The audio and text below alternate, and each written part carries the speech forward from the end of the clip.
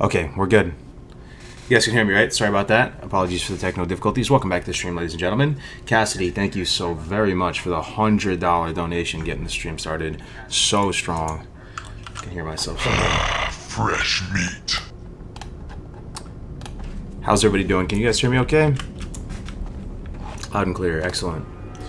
Excellent. Yeah, so a bit of a spicy day today. Turn the action cam.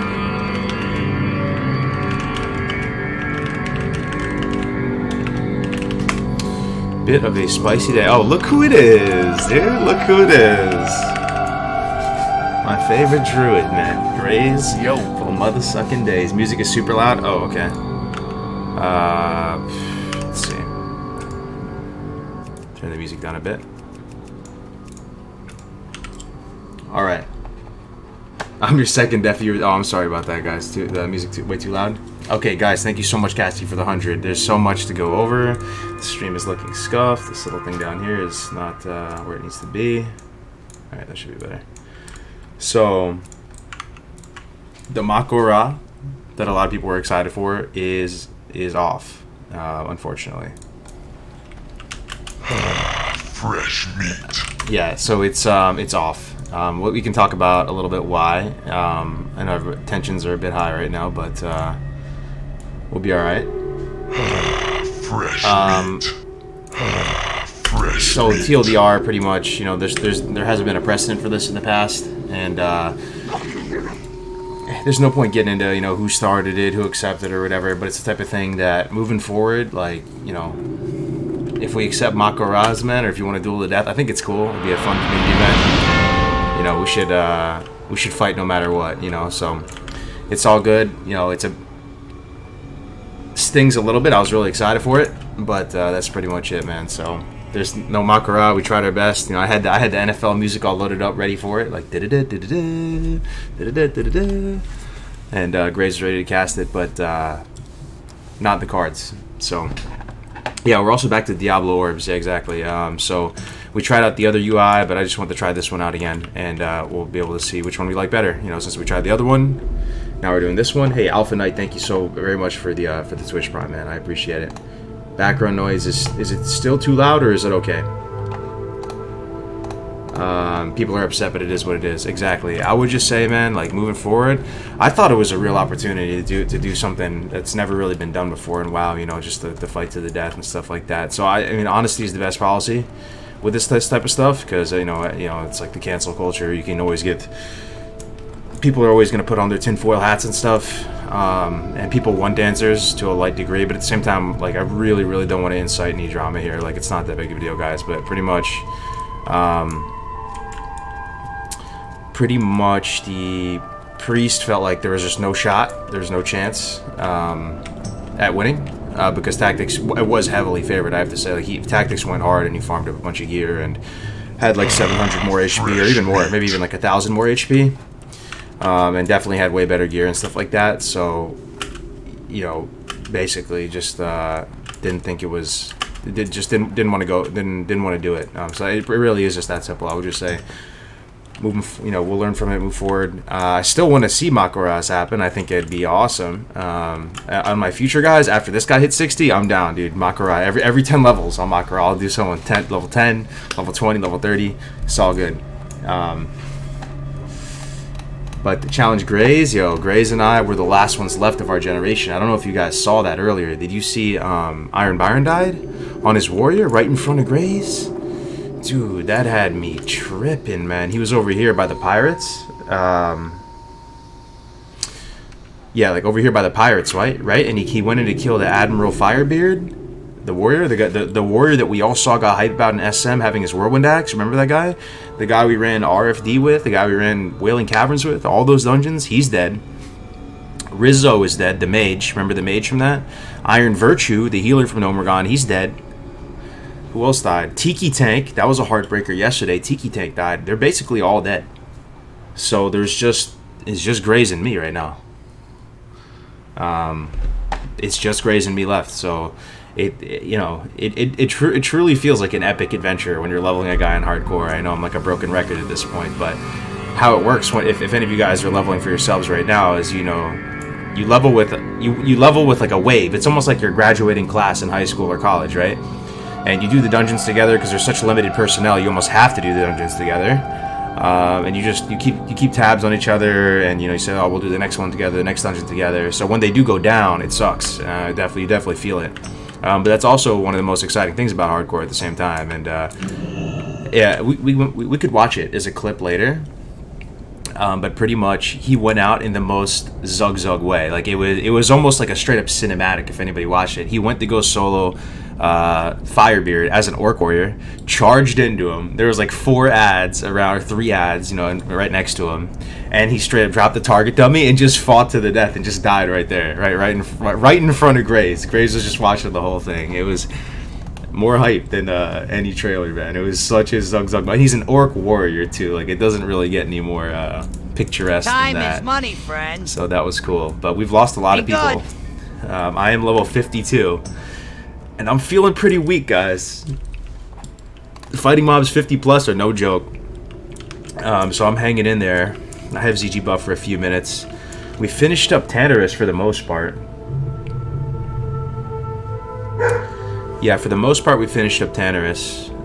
Secret of the Circle, that's a Sunken Temple quest. I'm pretty sure that's some kind of dungeon quest. We don't have much left here, so I think the play is to go to Searing Gorge. We could also go to Fellwood, but I think Fellwood's a bit high, like 55, 54, 51. There's this stuff up top, Northern Fellwood. We could do that, but just to be safe, I'll probably hit up Searing Gorge. Searing Gorge is, I think it's the play. There's Ungoro, but I'm not stepping foot into Ungoro until like 55 or something like that. I want to be safe. So, but that's the plan, guys. 52 is big. I got to swing by the city as well to get to train because I just hit 52, moments ago. As you can see, I have a fresh full 100% to go. But yeah, man, that really bothered me when I saw Iron Byron go down. A few of us left now. But anyway, thank you. Welcome back to the stream, everybody. I hope everybody had a good day. Hope you guys, some of you are giving a shout out. Anybody playing hardcore here? What's the highest level we have here, hardcore, in the chat today? Let's see. We got Physics Please is here. Nice. What's up, man? Genshus, good to see you. Does it make him Broxgar? I forgot who that is actually. I would totally level a character to 20 for a tournament to the death. Yo, me too. So. Before, when you guys, the Big Brain, the chat, the Hive Mind, you guys were saying before, like, is there any way to get PvP involved with hardcore? And I just, immediate gut reaction, like knee-jerk reaction was like, hell no. This is a leveling challenge. It's the type of thing where when you try to do too much, like even in a company or an organization or whatever, if you try to do too much, spread yourselves too thin, oftentimes you lose your core competency, or your core competency becomes, less effective, right?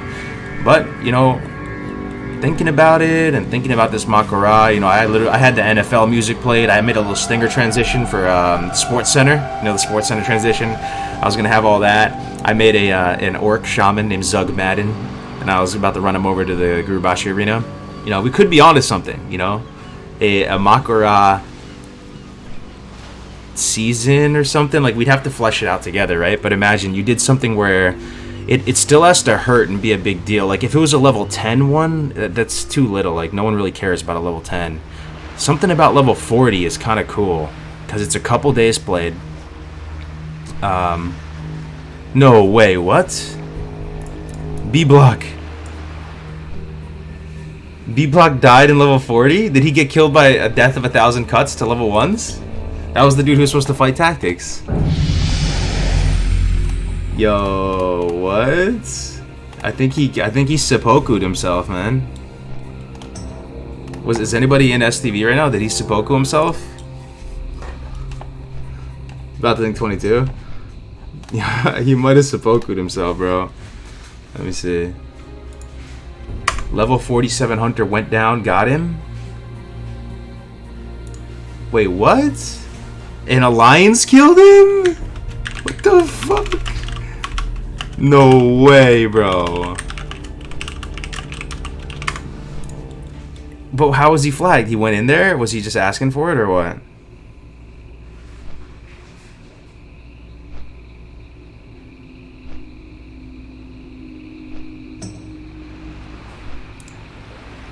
Yo, this is some spicy.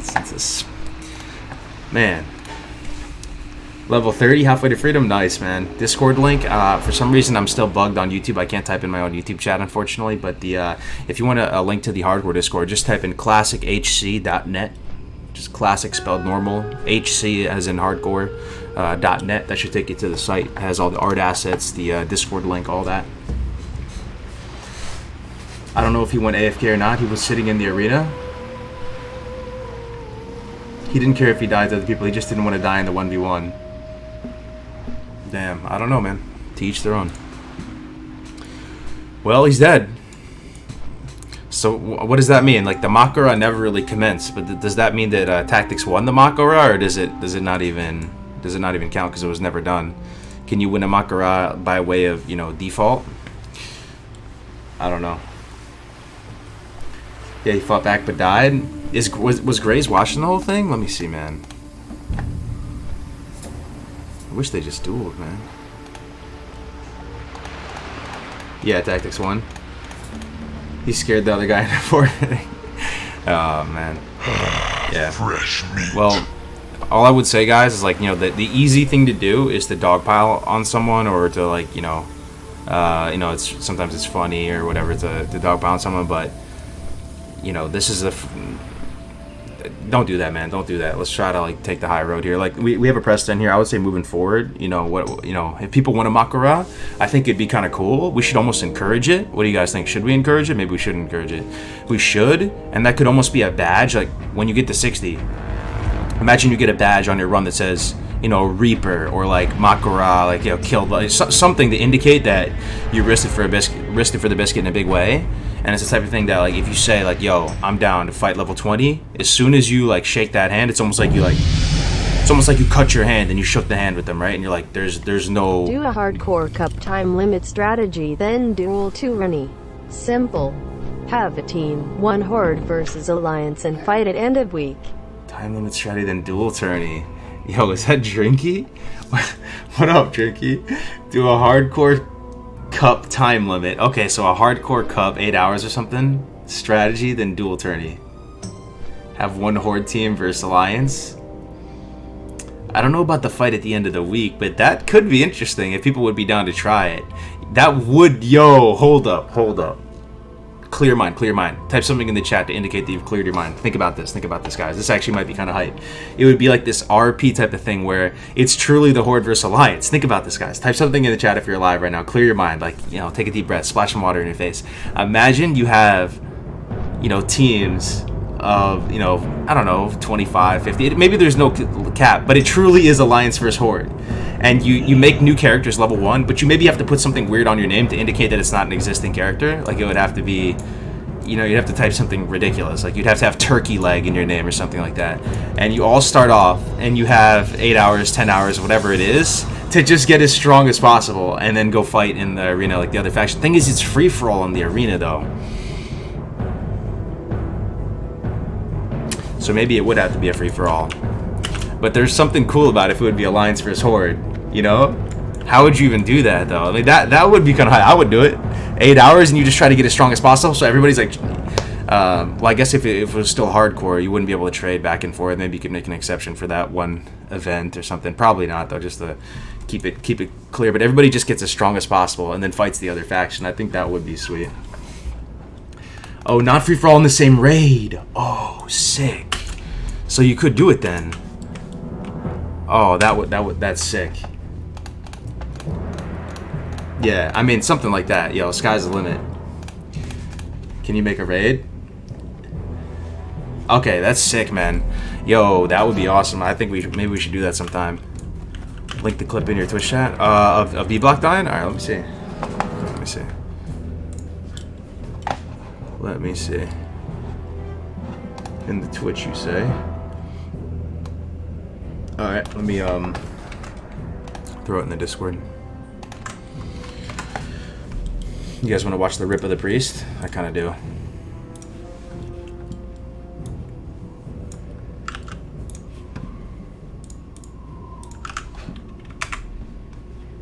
Stand by. Just give me a second. Okay, hardcore. Go ahead. All right. Hopefully you guys can see this shit. Looks kind of scuffed. Alright, so we got Tactics here. He's in the Gurubashi Arena. He's dead! Hold on, hold on. Oh, he's gonna kill them all. Wait. At level 47? Thank you for getting me back into level class. I've 47 been jumped going down. hard every day for a couple weeks. Listen to your 3-hour pally guide today as well. You're the GOAT. He's dead! He's dead! He's... Wait, what? Hold up, hold on. I heard something go off. Hold up, my notifications. Oh, yo, Jay, thank you so much for the $5, man. Thank you for getting me back into Classic. Been going hard every day for a couple weeks. Listen to your 3-hour pally guide today as well. You're the GOAT. Thank you, man. I appreciate the $5, bro. Thank you very much. Man, it just seems like such a missed opportunity, man. I can't help but think that just because he was willing to die, right? It looked like he just jumped down into the arena and he was ready to die, but he just didn't want to fight an unfair fight. Which is understandable to a degree, but, you know. So he's just down there. He's basically just seppukuing, you know, like he's just down there, ready to get killed. All the level 1s are just chipping away at him. Run that again? Yeah, I'm running it right now. Oh, he's gonna kill them all. Wait. At level 47? At level 47 jump down? Can somebody else, guys, who... He's dead! He's dead! Yo, can some of you guys watching right now, like, can we do Makaraz?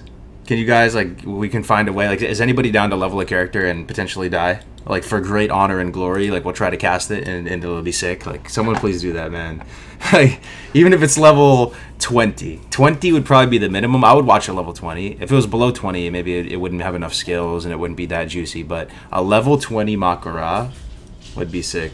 Can't be unfair fight, though, if you agreed to a set of rules. Yeah, maybe we have to make a set of rules for the hardcore Makaras. He's dead! Yo, Tactics is kind of happy, dude. He's dead, guys. Oh, God.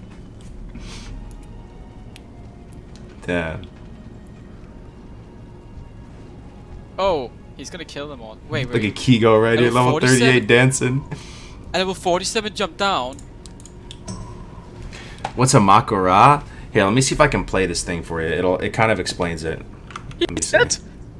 He's dead! You know that cinematic that I'm talking about, guys? Let me try to find it. Let me just type in Makara. Is it Sour Fangs Makara? Is this the one? Hold up. It's basically when orcs fight to the death. It's like an orc thing.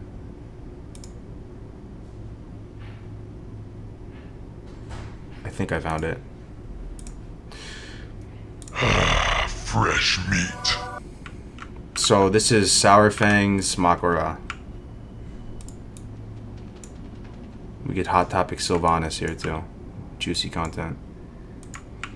1 second. But pretty much a Makara is... you fight to the death, pretty much. Alright, let's play this shit.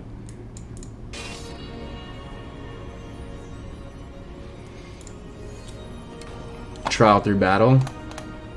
What's up, Crusader? Holy shit, this man's the blessed run. Hell yeah, man.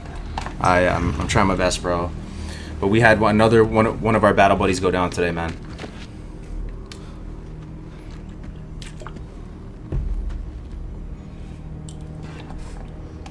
Let it be finished.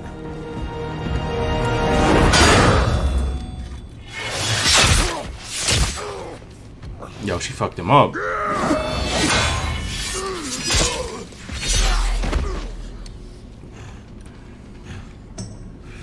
The High Overlord falls. I do respect you. Fresh meat. Yo, Tactics, thanks so much for the raid, man. Death comes, old soldier. And all their hope dies with you.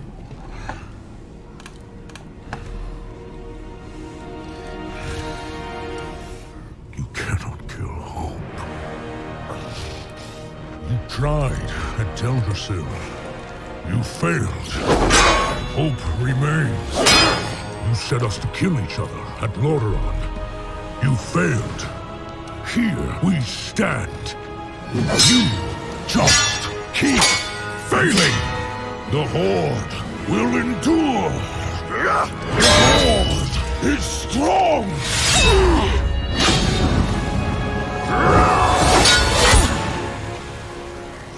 Oh, at least he got a little bit in.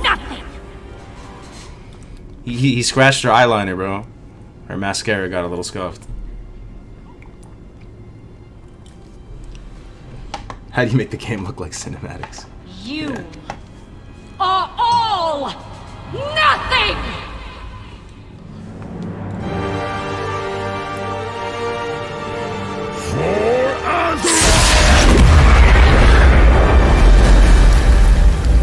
She just Kamehameha like them? Kamehameha hit him like that?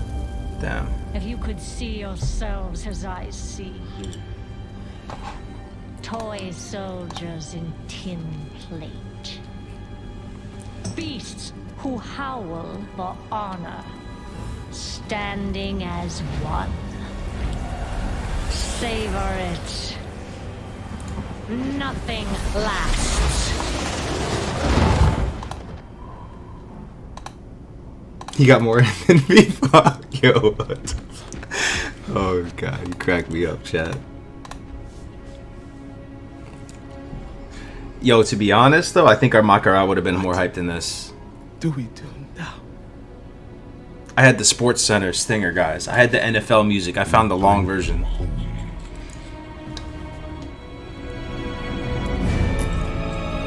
There's Justin Bieber and the win right there. You guys get the point. But imagine that could have possibly taken place in Stranglethorn, man. Oh, I hit the wrong.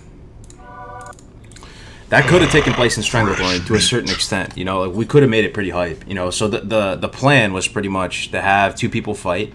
They would fight outside of the arena, right? So like they could do a best of 3, they could do a best of 5, they could do a best of 7, and imagine the whole community gets hyped. Like it's almost like a UFC fight night, pay-per-view, Mayweather versus Pacquiao type of thing.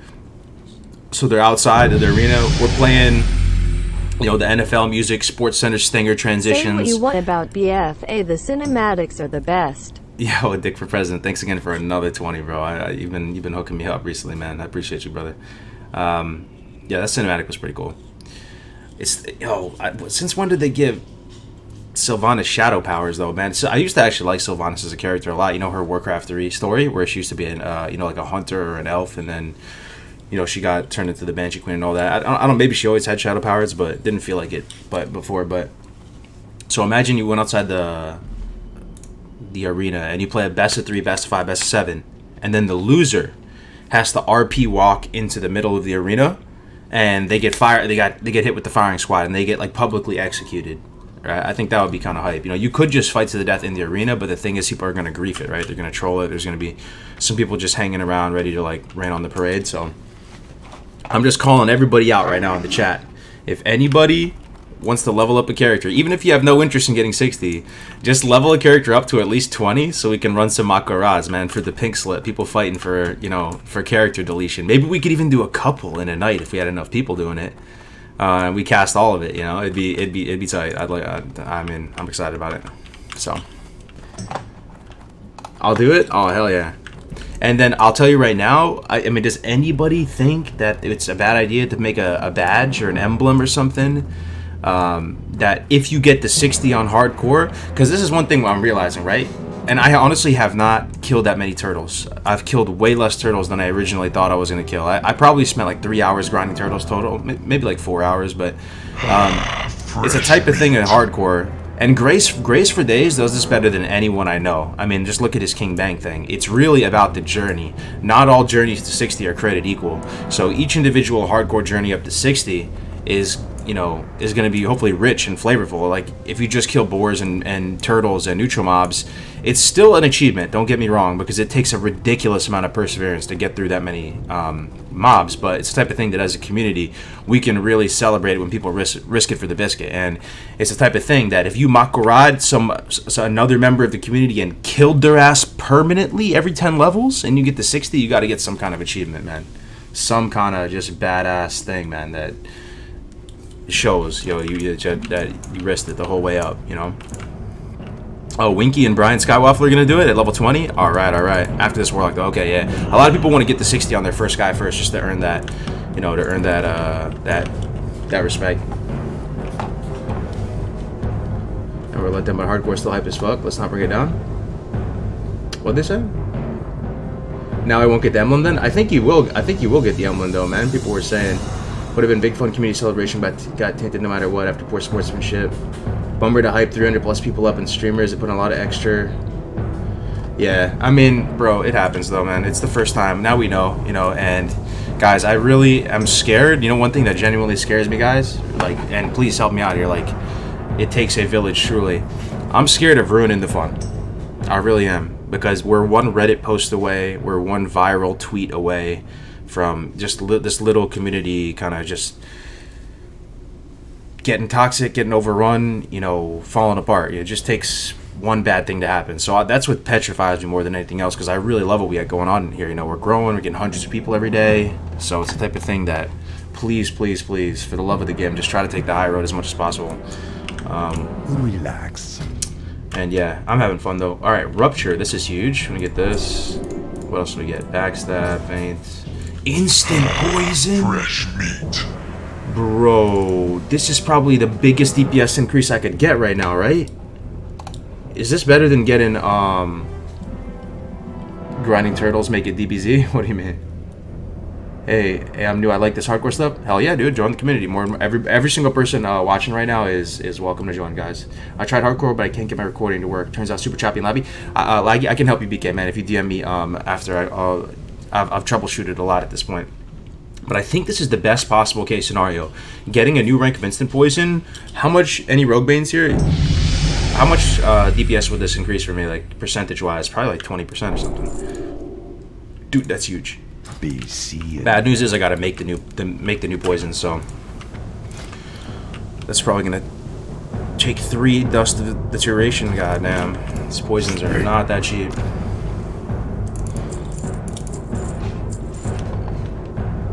Do you go double instant poison? I do personally, but Navik was telling me that I need to give deadly poison another shot. He was explaining it to me how it works and how it's not just 80. Oh, another thing, guys, look at this hat I got. Check this hat out. It's probably gonna look bad though, but let me see it. This is way better than what I have, right? Yeah, it's just way better. More armor, agility, strength. So I'm gonna show it. Let's see what it looks like.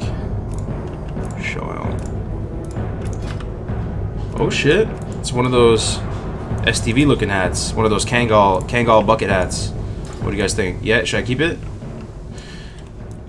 Don't go deadly poison, it's not worth it at all. He was explaining to me how it is on a fight that lasts a decent amount of time, and that he was even saying that you might want to go deadly poison on just your offhand and not on both, depending on if you stack too quickly up to 5 stacks of deadly poison.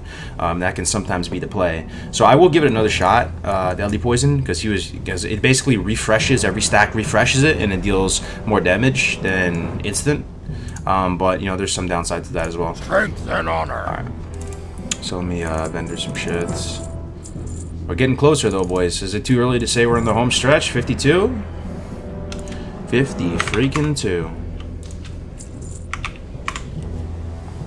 Then you can't see the mob. True, but I usually can't see the mob anyway because I'm subtlety and I always have bleeds on it for the most part. Stops gouge, yeah, no, that's picture. But I am subtlety, right, guys? Deadly poison cancels gouge and blind. Yeah, I hear you for sure. It's the type of thing that you'd probably use it if you're gonna sustained grind mobs that are that you know the power level of and you're just going to kill, like for turtles or something. That'd be a perfect application. Am I ever gonna gouge a turtle? No. So okay. So how many of these damn things can we make? 1, 2, 3, 4. Farewell. 13. All right. It's gonna be tragic if you die now. Yeah, dude. I really hope you don't die. Watching. Oh, guys, we got noggin foggers, so we can be a skeleton. On another note, how's the garden coming along? Garden's coming along good, dude. So many vegetables to the point that my wife feels overwhelmed by how many vegetables we have. To the point that she doesn't even know what to cook anymore. It's like it's hindering her creative juices when it comes to cooking, because we just have too many vegetables. Like, what do you do when you're just staring down the barrel of, 20 pounds of tomatoes and 20 pounds of squash and all this stuff? So, garden's coming along good. Be back to the old UI. I'm taking notes. Well, yeah, what do you guys think? We'll play like this for a bit, because you saw the other UI, and we'll see how it goes. So one thing, this might save you guys some hurt. So I switched to the new UI, the one that had these action bars gone. And remember I told you how I moved the action bars behind my camera frame?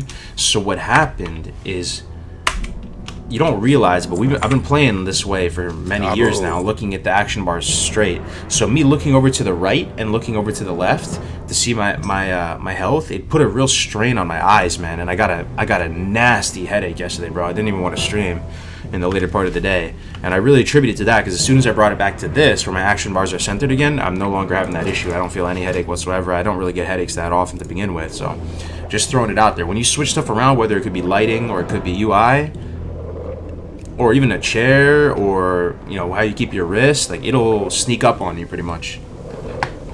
Freeze a bunch? Yeah, true. Sell them at the farmer's market? True. Too lazy though, but probably shouldn't. I've been giving it to my parents. That's what I've been doing. How big is your garden?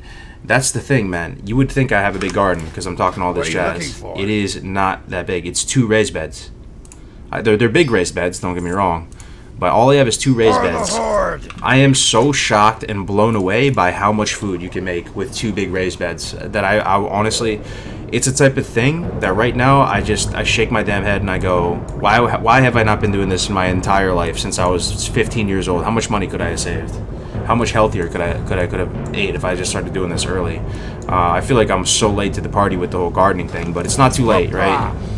We're still, most of us are in the first third of life, or leaving the first third of life, so definitely give it a shot. Like, even if you have no interest in nature or the environment or anything like that, because I'm not the most environmentally conscious guy ever, but just from a value perspective, and it's just straight up fun, and it also makes your house look better when you have a nice garden and raised beds, and it'll probably improve the value of your house because landscaping improves the value of your house a lot. So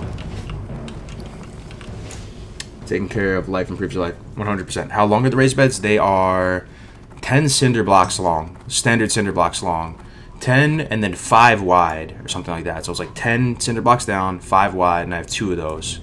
And I cap the cinder blocks, so don't think it looks really trashy. Like, I put these nice stylized cap that have some texture on it over the cinder blocks, and then I mortared it together, so it's gonna last a really long time. Fresh meat. Just respond to a whisper 1 second. Alright, so yeah, we need to go take the Zeppelin to STV, right? We're going to Searing Gorge. Does anybody think that's a bad idea to go to Searing Gorge? We're 52, right? It should be fine. Yeah, we should be doing all that and sharing. We'd be a lot more healthy. It's not even that. I mean, the health is great, don't get me wrong, but it's the sheer value. Like, if you guys are like, not penny pinching, but if you're trying to be smart with your money and you're trying to, not waste money and save money, build wealth, pretty much applies to everybody, right? Or if you're just scared shitless because of the pandemic and you want to know how to take care of yourself and your family in case the supermarkets run out of food. There's so many reasons to do it. Most of my seeds that I have that I grew, guess where I got them? I didn't buy them from some bougie place. I got them from the Dollar Tree, man. I was there. They had that big rack of seeds in 99 cents. Just picked up squash, zucchini, all this, tomatoes. Just threw it in the dirt. It was good. No, it's honestly not rocket science. You think 50 plus? Thank you, bro. Yeah, we're 52 right now. Almost had a heart attack. You jumping off that roof. Yeah. I have the reduced fall damage. I wouldn't have died anyway, but for sure, man. When you play hardcore for a lot and you go back to your main character, does anybody get anxiety when they die, or like when they're about to die? It hits different after you play hardcore. 100%. It hits so different. Lots of libraries. There's seed libraries. You can get free seeds. And the thing is, once you get started with your seeds, you don't have to buy them again, really. Like, for me, some of my basil went to seed because I haven't been... The great thing about the garden is once you get it set up with just a hose and a sprinkler, you can just kind of forget about it. As you can tell, I've been playing a ton of WoW, right? I haven't been in that same gardening mode where I was out there all the time pruning and topping off the plants. I just kind of forgot about it. And yeah, it looks a little bit unruly right now. And, like, the tomatoes are bushing out like crazy. But there is so much damn food back there, bro. It's unbelievable. And when my chickens start making eggs, like I said, guys, I'm going to start eating 50% of my food homegrown. Because, you know, it's honestly not that hard. But, yeah, the basil went to seed. I have, like, infinity basil seeds now. I got the garlic popping off. Oh, Brandung's here, too? Where's Brandung at? I eat a ton of tomatoes, so my 5 plants save a few $100 every summer. That's what I'm saying. They say year 2, year 3, that's when you're really in the money when it comes to the gardening. Because this year, it's probably going to be in the negative, right, by a good amount. Because I spent probably like $1,500 on setting up the whole garden, which is not cheap. That's more than I would have spent on tomatoes and stuff. But these raised beds will probably last me a decade. Maybe more. How long is that going to last? A cinder block that's mortared together and has like it's basically like a rock. That's going to last longer than wood, I'll tell you that. Even if you live in an apartment, Big Cat, you have a porch or a balcony on your apartment, bro, that's all you need. You can even grow some of this stuff inside. You know, some people make money like that, right? They sell microgreens. They just grow it in little Tupperwares, and then they just sell it to hipster restaurants and stuff. You know, micro sunflower shoots and stuff like that. Is this a P server? This is real classic, man.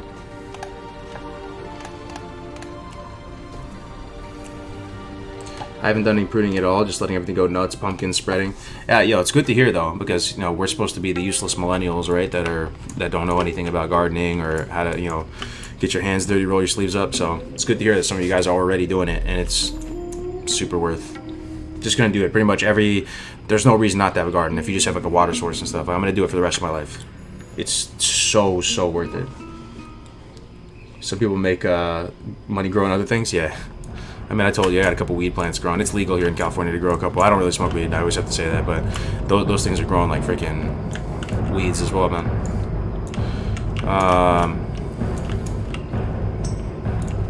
Anything in STV I can do? Let me see.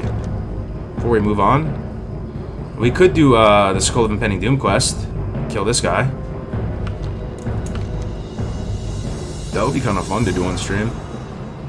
Nah, I'm kind of lazy. It's not going to give me much XP anyway.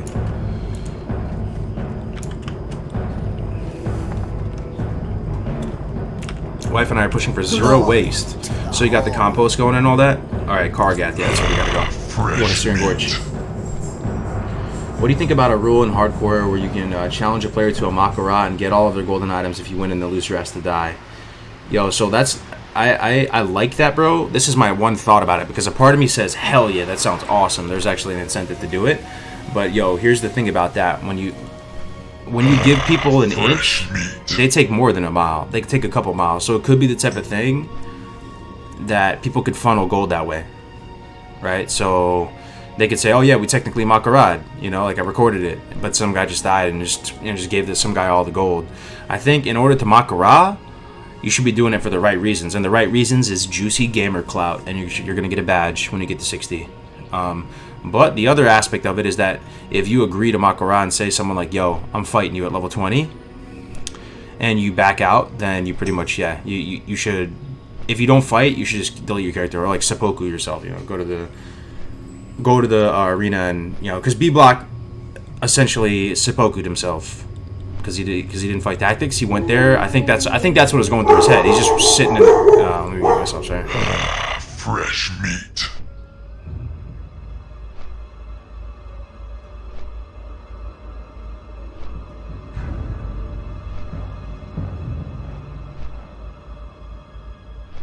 Oh, he's still barking.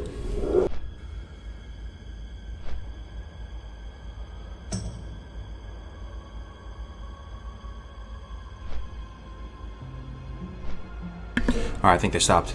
But, yeah, I already forgot what I'm saying. Straight up goldfish brand. What was I saying? Let me look at the chat. Maybe they'll remind me. I'm heading to bed. Oh, see you later, Tactics, man. See you later, bro. Congrats, you won the Makara, right? The chat said that you won, basically. So, when Brandung makes that badge, or if he makes that badge someday, you're gonna get that on your run. Officially claimed his soul at level 40. Winky and I are going to toss you a Discord PM between the three of us to discuss the defined rule set. Hell yeah.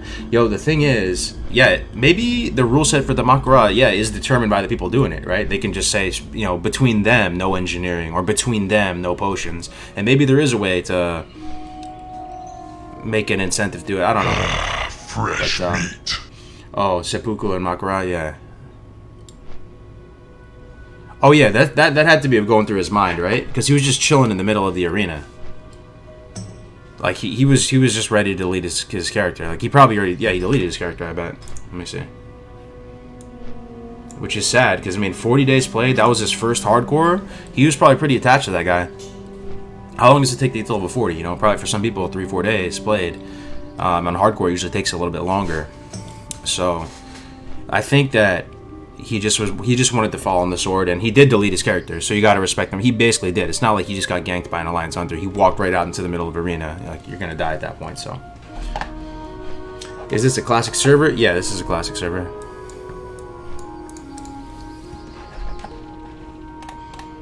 Thinking if somebody ganked you?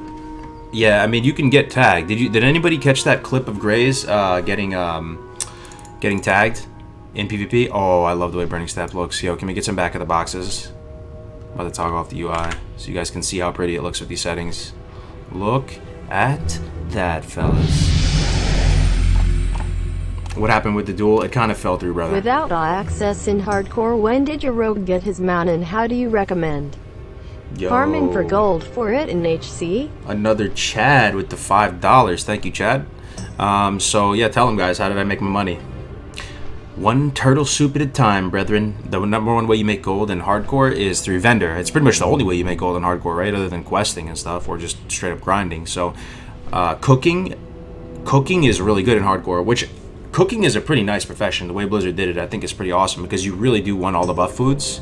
And I've never been so hyped for cooking as I was with hardcore. So pretty much, cooking will turn the meat that you have into an item that sells for way more. Sometimes it's 3 times the value of the original mats. Sometimes like 2 times the value on average.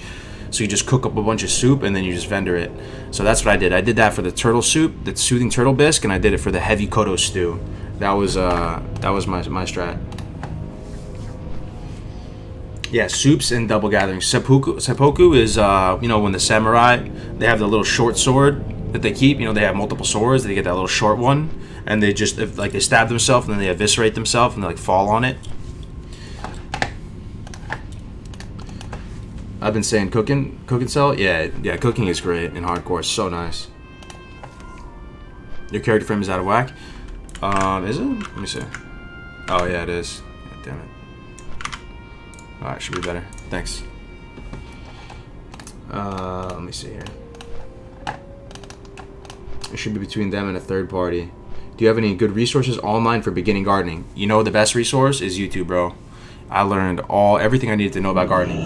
And there's a guy on YouTube called MI Gardener. He's from Michigan. And there's also, who's another gardening channel that slaps? MI Gardener is kind of my guy. I would just start there. He has a website. You can even order seeds from him. It's only like $1 for seeds. But I hope someday you guys get into gardening, because as one of you, we're all cut from the same cloth pretty much. I'm telling you, you're gonna love it. Remember, I haven't You're gonna love it. It's gonna be so worth it. Do not seek. I don't know what these are for quite yet. Why do I have so many damn quests here? Hey there. See ya later. Well met. I'm Goodbye. just gonna accept everything. Got the wanted posters for BRD.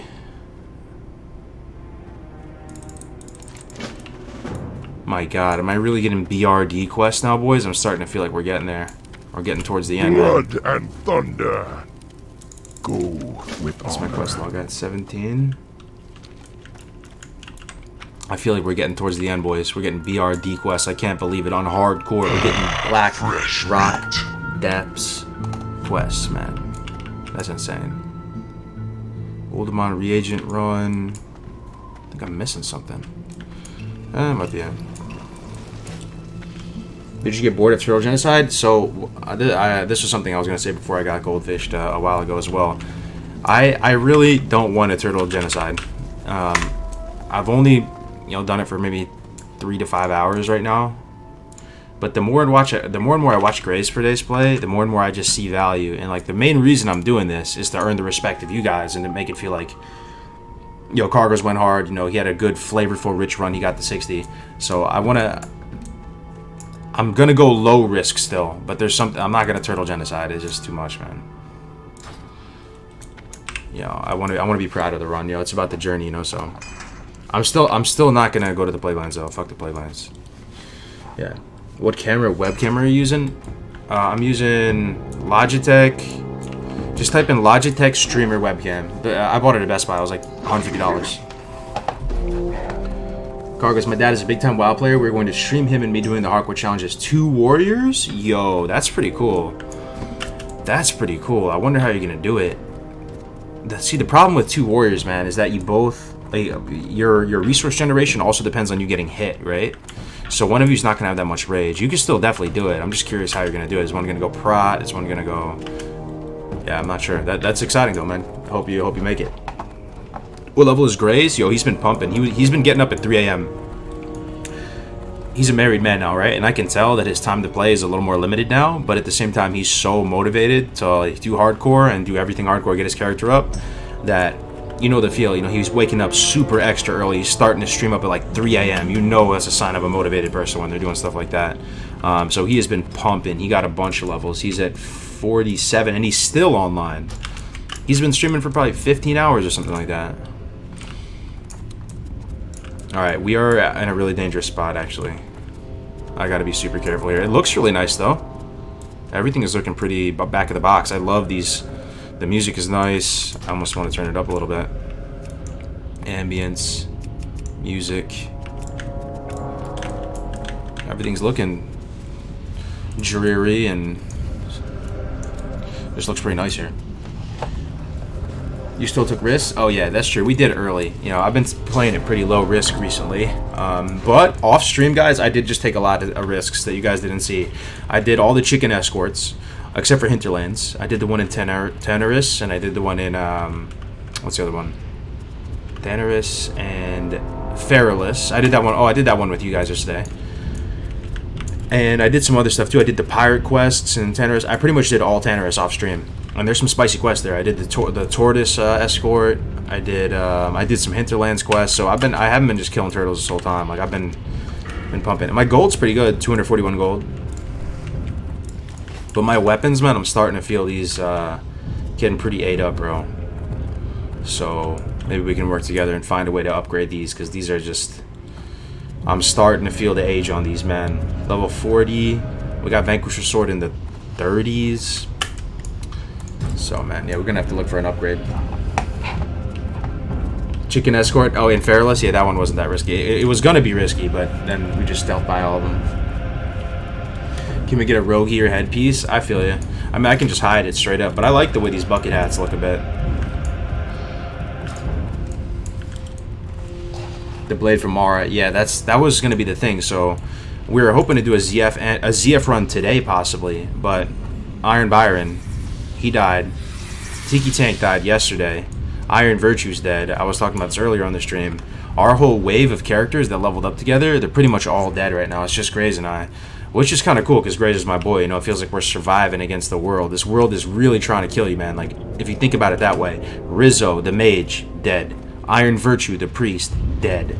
Iron Byron, on his warrior, they got Whirlwind Axe that blew everybody away, and everybody thought he was like the biggest brain, target dummies, all that, dead.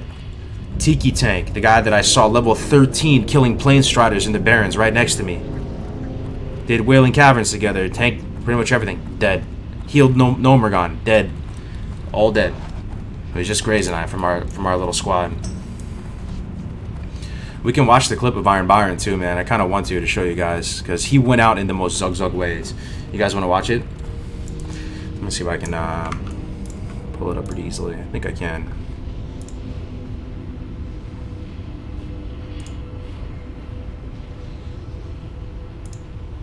I think I found it. Hold on.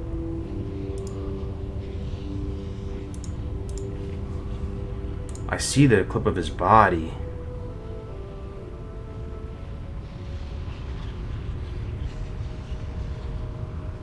We might have to wait a bit. I don't know if anybody clipped it. There's a clip someone made of the aftermath of him.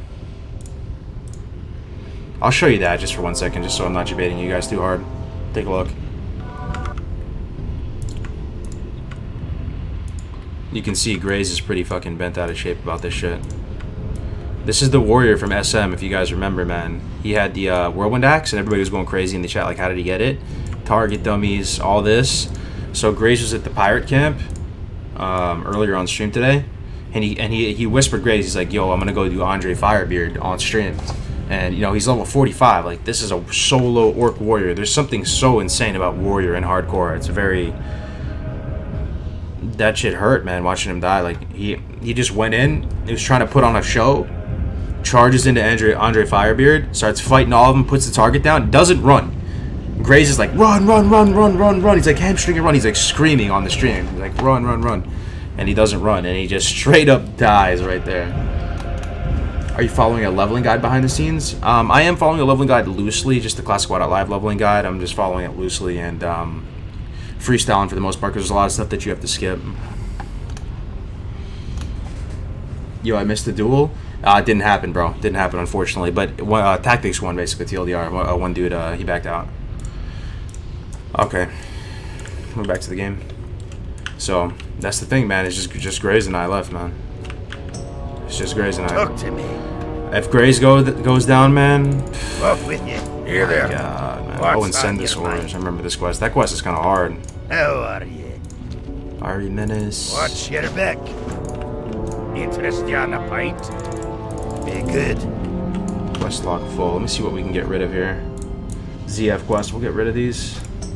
Looks like we're not running ZF, boys. We don't have enough people. The hardcore struggle. You And got my Mardon. attention. Mardon's probably dead too. Not enough people. Off with you. What are you gonna do? Not enough people, bro.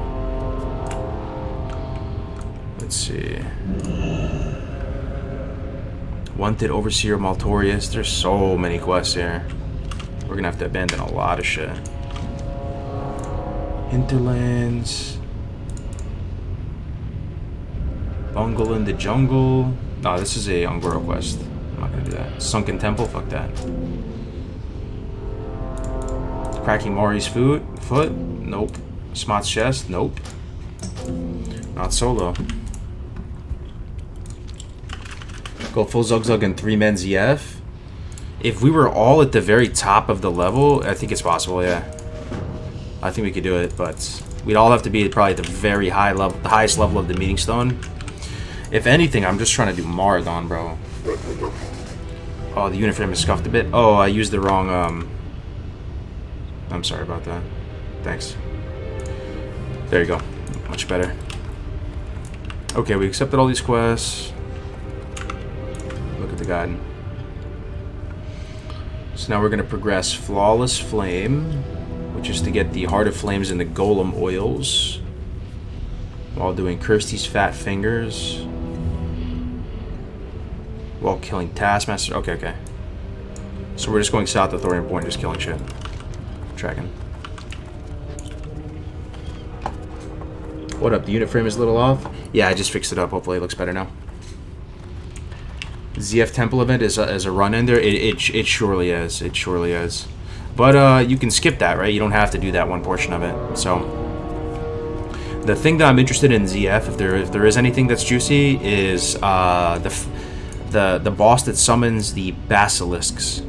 Right? He has a weird name. He's over off to the side. There's a mace that drops off of him that's actually quite good. All right, first blood. I think of the stream. A lot of talking, not a lot of killing. No way I can make these things bleed, right? I'm just gonna have to eviscerate.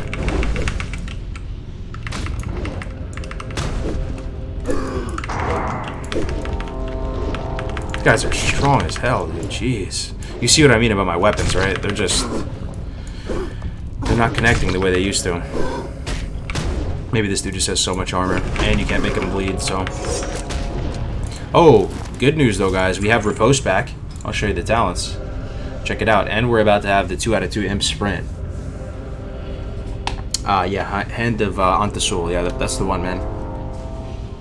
The really good leather helm in ZF. Off the guy after the temple event, right? Yeah. The wolf-looking one. Yep. Oh, get the question from the good. Oh yeah, good call. Good call. Good call.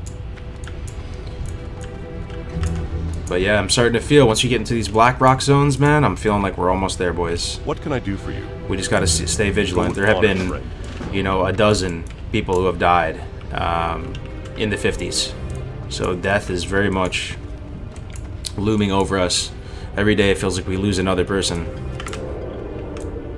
Alright, let me think about the best rotation here. So we can't open with Garrote. They're immune to bleed. It's probably just cheap shot. I think it's worth it. Slice and dice. Get a slice and dice up. He comes out of the stun. Go for the ghostly strike.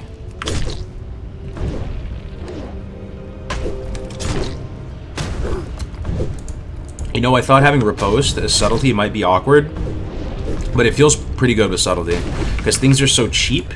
You know, your combo point builders, Hemo is only 35 energy, for example, that it feels like you do have the energy right as riposte becomes available. Also, let's eat some Noggin Foggers, go skeleton mode. People love the Noggin Foggers. Okay, open up with Blood Fury, cheap shot of this, Hemo, Ghostly Strike as he comes out.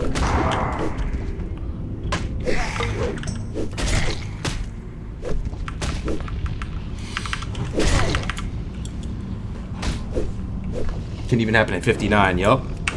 As we saw yesterday, dude, HC Berserker. Ripperonis. I can't believe both Tiki and Byron are gone. That's what I'm saying, dude. Ooh, a chest. You think it has edgies in it? Let's go see.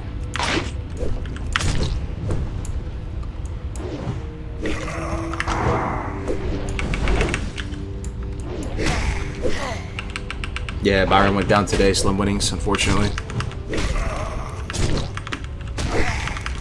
Those things drop pretty good blacksmithing supplies, right? You know, I'm not sure. I'm not sure. You know what I think I'm going to go after this character, though? If I get 60 guys, you'll never guess. But I've been thinking long and hard about it. And, unless you guys talk me out of it, I think I'm going to go Gnome Warrior. I have a whole vision for how it's going to work. I really want to try to get Whirlwind Axe solo on hardcore. I feel like that would be such a fun achievement, right? To get the greater nature protection pots. I kind of do want to level a warrior. And the thing is, you really need escape artist. The engineering bonus is so nice too on Gnome. And plus, the other thing about Gnome is I think with our settings, the world is going to look even bigger and scarier and kind of cooler. Leveling a subtlety? Yeah, if I could redo the whole thing, I would just level a sub the whole way. I like sub. I feel like I understand it a lot better now. About the rotation and what, you know, what your different options are.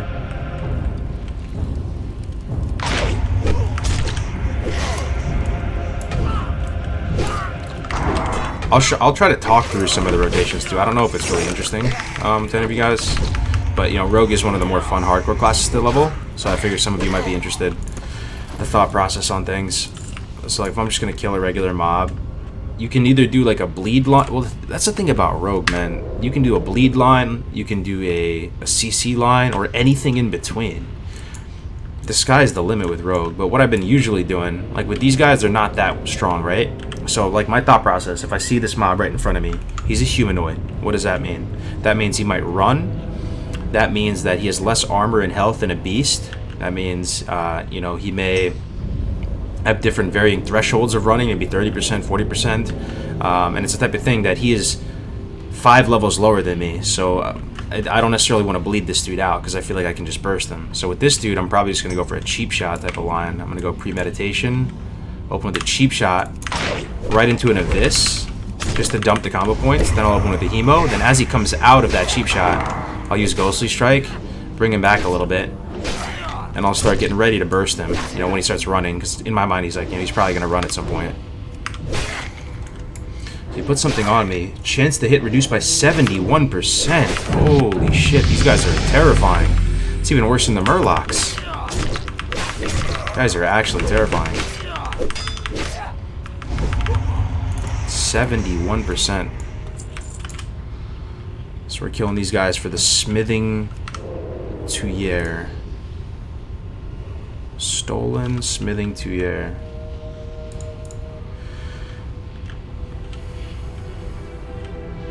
Okay. Hey, Car, just a reminder, action cam isn't turned on. Oh, is it not? I can't even tell anymore. I'm so sorry, dude. Oh, no, it's on. No, it's on. See, I really actually can't even tell anymore. Let me try the bleed line on him, see how much better or worse it feels. We gotta, let's do a 4. We have a new rupture. We have to keep that in mind. So the new rupture is pretty juicy. Maybe that skews it towards wanting to use bleeds a bit more. We have this stupid debuff on us. I also like the bleeds better versus these targets because they do put that chance to miss. So the bleeds will probably take it to full. Yeah, that felt pretty damn good with the bleeds. So we're just killing these humans. I'm interested in trying this, but what keeps you from dying and just playing anyway? Everybody's expected to record or stream.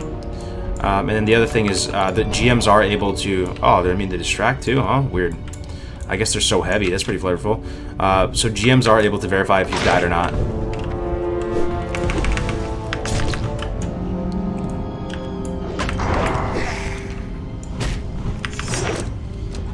Use cheap shot, hemo, eviscerate, kidney shot. Yeah, throw the gouge in there to boot too.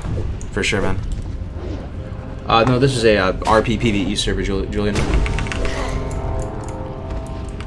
Alright. Doing good. We need these guys for something, right? Yeah, the heavy war golems. Just need to kill 20 of them. Okay.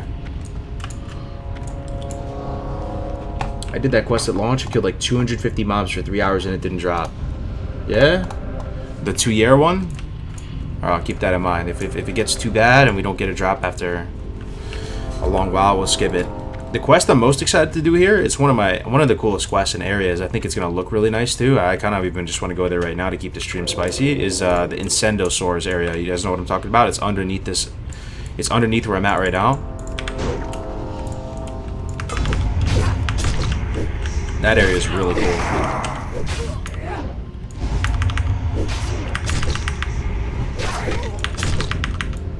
Save some burst for when this guy runs. The post, very nice. Oh shit, I'm kidding him here before he runs away. Nets me. These guys net. Okay, very scary.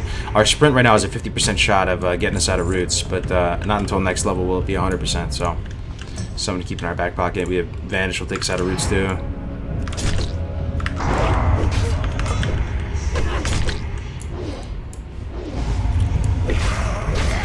Incendosaurs spawn mad quick. Yeah, they do. It's a really cool area though. I can't wait to get down there.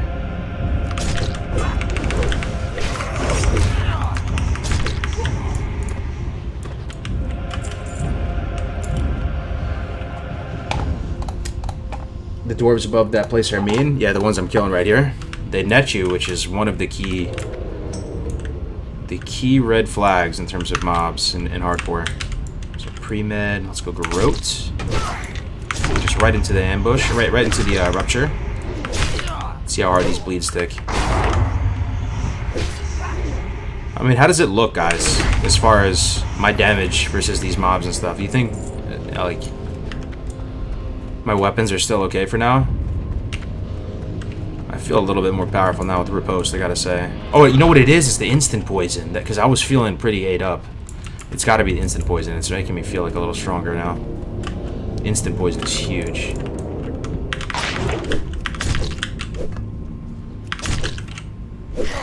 Probably just...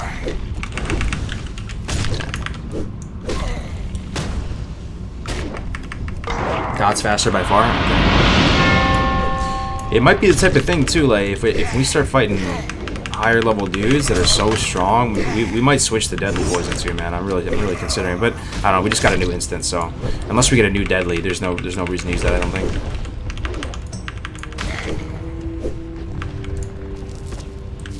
Eat some stem food. This mob slaps, yeah. These things are dangerous. We gotta kill 20 of them though. Yo, Aaron, gifting a tier 1 sub. Thank you so much, man. Appreciate the gift sub to Gray and D. Welcome, guys. Bleeds are really good versus that net and run. For sure, for sure. And they also put that hit debuff on you too, right? So it's just... Yeah, I like the bleeds. It's almost like front-loading the damage. You're investing the damage early so that if you do get... if you get messed up by the reduced chance to hit, you'll still have some pressure on them. Look how dirty my questy looks, man. Looks friggin' horrible, dude. Let's go up here. Oh yeah, you can't mount while noggin foggered. Hate to see it. My cat doesn't have a heart problem. Just picked her up from the vet. So happy. Oh, that's awesome, yeah. Hopefully, I didn't charge an arm or leg, dude. Every time I go to the vet, man. Every time, I don't care what it is. They're always trying to upsell you, dude. If you get out of the vet with spending less than $300, maybe $200, maybe like $250, yeah, you did good.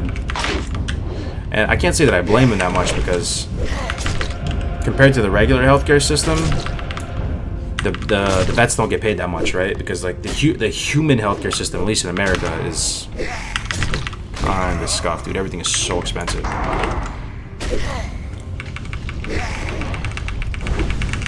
Don't forget Garo at 5 out of 5 with opportunity. For sure. Yeah, some of these mobs are... Ooh, Star Ruby, that's nice. Some of these mobs are immune to bleed, so I'm not opening on Garo like these. I wish I could bleed these golems. It'd be so perfect, because they're high armor, clearly, right? That's what makes these mobs kind of unique. Unlike turtles that are high armor, these guys are high armor, but you can't even distract them. They're like their own little tier of unit. They're just chunky boys. I wonder if poisons would afflict them. Is it because a poison's not a bleed, you know? Let me see if I see any. If I see any deadly proc or instant procs on. Yeah, I'm seeing the poison procs.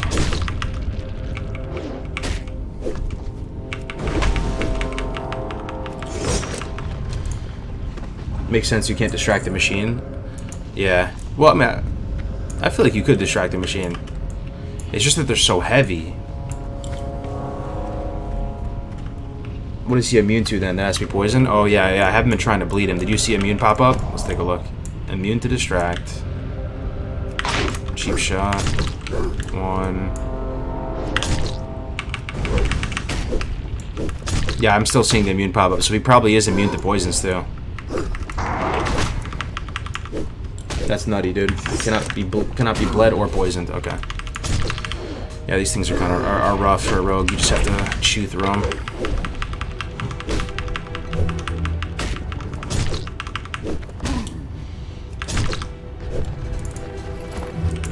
Okay, 9 out of 20. Almost halfway there. And we need these guys too. We just gotta kill everything around us. It's a good and a bad feeling. There's so much to do. It's almost overwhelming, but... What is this, 2 mobs? I should probably eat first.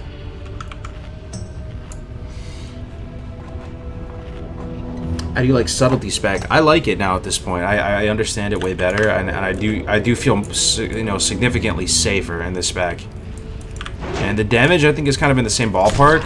The thing that I fucked up on, though, and if you're gonna play Rogue and Hardcore, please hear my warning. You know, I would. You can basically get Blade Flurry and prep, correct, guys? You can get prep and Blade Flurry. That has to be the spec. These later points, well, the thing is, can you get Hemo too? Even if you can't get Hemo, it's fine. But getting Blade Flurry, which will mean you'll also get Riposte and prep, is attainable. And at that point, I feel like you have all the tools. Premeditation's okay, but it's not a freaking game changer, man. It's kind of just, it's fine.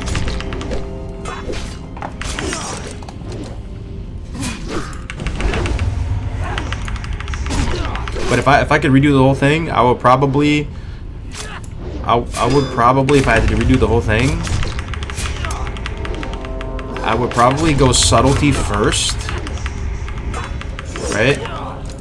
I would go subtlety first, because daggers are so strong early, and they almost one-shot stuff early. So I'll go subtlety first. I really like Ghostly Strike, by the way. Down to prep. Right? Subtlety first, down to prep, and then I would just immediately switch into combat. What do you guys think about that? or you would go combat. You would go combat first. I mean, riposte is amazing, but I just think that if you wanted to go for the daggers play, there's plenty of daggers early. It's harder to find daggers later. That's one of the main pain points. Like really good rogues will tell you, like that's why I don't go daggers, because the progression is kind of scuffed. But early, there's so many daggers that I think you go sub first, and then you go combat second. Is that camera shake I see? Yo, it could be from those really massive guys walking next to me. It might shake the camera like a Kodo. I'm not sure, but I'm using action camera right now. Emo's so good. 5 less energy. Yeah, for sure. I like the emo. It sounds amazing too. Like, it's a very satisfying thing to use. All right, let's take care of these boys. Sap 1. Ghostly Strike, so nice, man. I also want to find a way to get this, to have the points to spare to get lightning reflexes. I don't know how to do it. You might have to give up Imp Gouge, which would feel bad, because even as sub, Imp Gouge is good just to incapacitate something for a little bit, and you can still gouge. But if there's some way to get 3 more points into this to make your Ghostly Strike stronger and those sub talents stronger, so because when you dodge you get a combo point, that would be hype.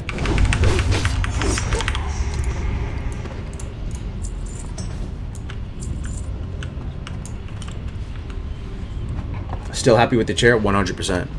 I'll happily shout it out again. If you guys are in the market for a gaming chair, I will tell you right now, GT Racing, it's probably the best bang for your buck. Not sponsored by them or anything. I'm the type of person that it just kills me inside to spend $500 on a chair. Like I just can't do it. It sounds so painful to spend that much on a chair. So you can order these right off Amazon, 150 bucks as long as you get the red one. I think the other colors are like 200 for some unknown reason. But it's been amazing. It's comfortable. It's firm.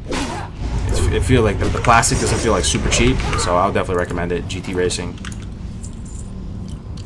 So I want to do this hardcore challenge. I play on Benediction. If I get ganked by 60 in PvP, it does count as a delete. But most of us play on Bloodsail on NA, bro.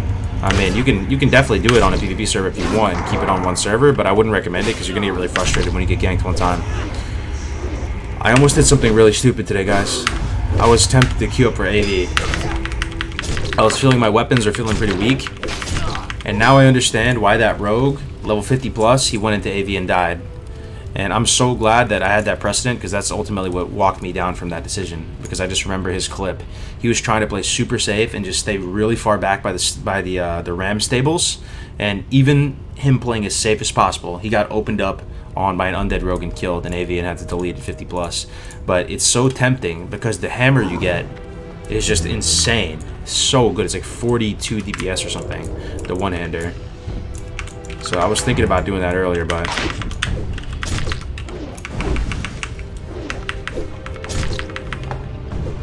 what's the camera add-on? Can you get in BFA? I'm pretty sure they have action cam in BFA, right? Whoops.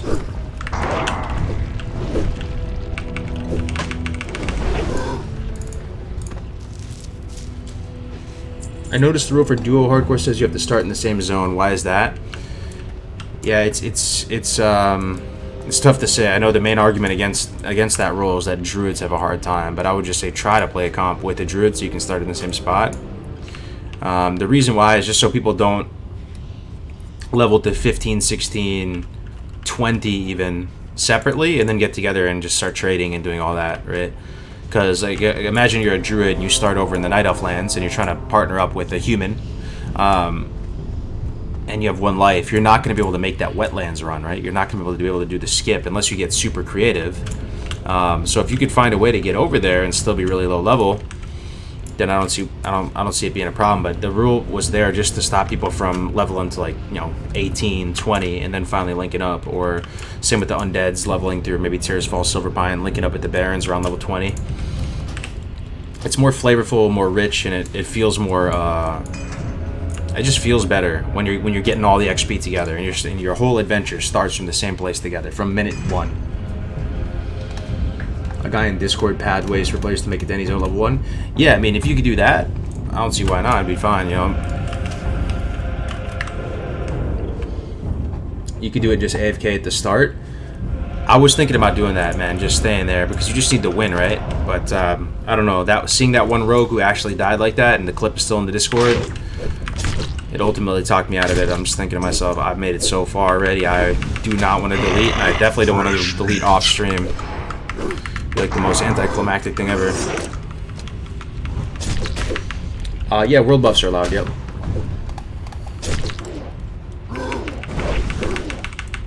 Wait, delete equals delete? Yeah, if we die, we have to delete this guy, yeah.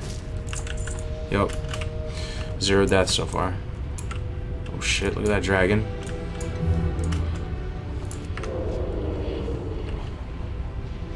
No, Witcher music? We can run some Witcher music. I'm not opposed to it. Just chill for a little bit.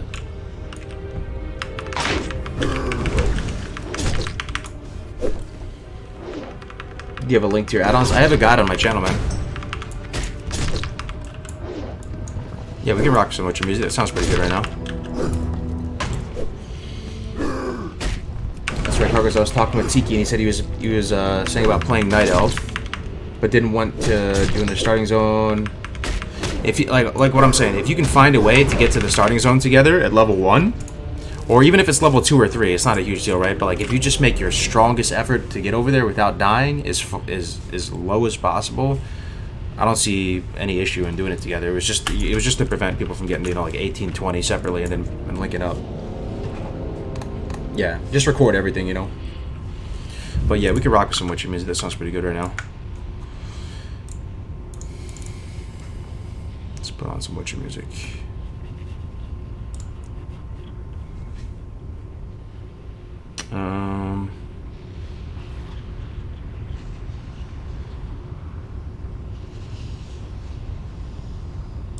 Here we go.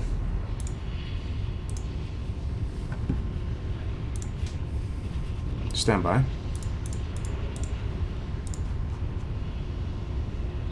You guys can't hear that, huh? Shoot.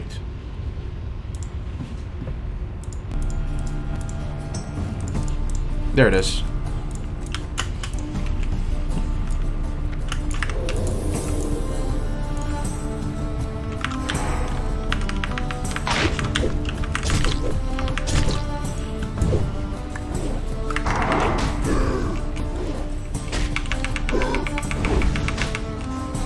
At that point, if it defeats the purpose, may as well just not do the hardcore challenge. For what though? What defeats purpose?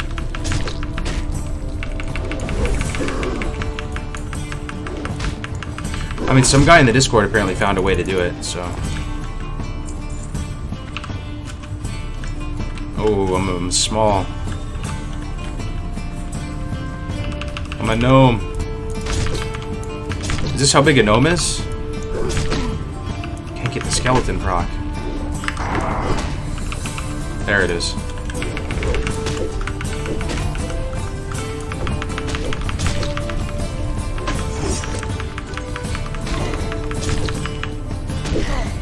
Yeah, tactics won, man. It didn't happen though, but he won by default.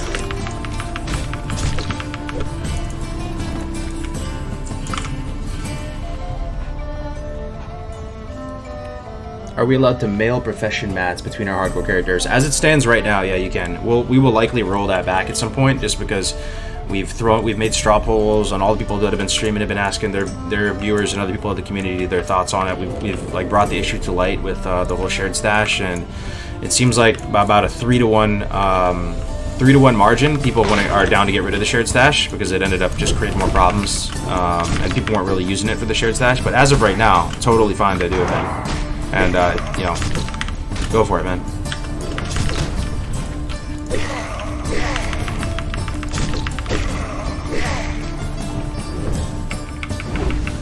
Oh, it didn't happen, yeah.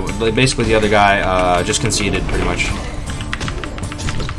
Tactics was looking pretty damn strong, though. He had over like 1,000 more health than the other guy, so it was looking like the priest was very unfavored.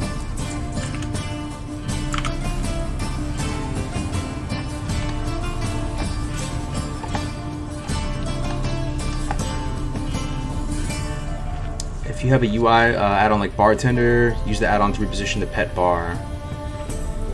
Anyone know how to stream a clip on Streamlabs? How to stream on Streamlabs? I once I get my act together, I'm gonna make a video on how to set up the stream, because a lot of people are very intimidated by that. They think it's tough to stream. It's really easy to stream. You just need the right guidance. I think I could crank out a video 5 minutes to show people how to get recording. You know, stream, record, whatever it is. It really is very simple. Just the settings. So yeah, I'll work on that at some point, man.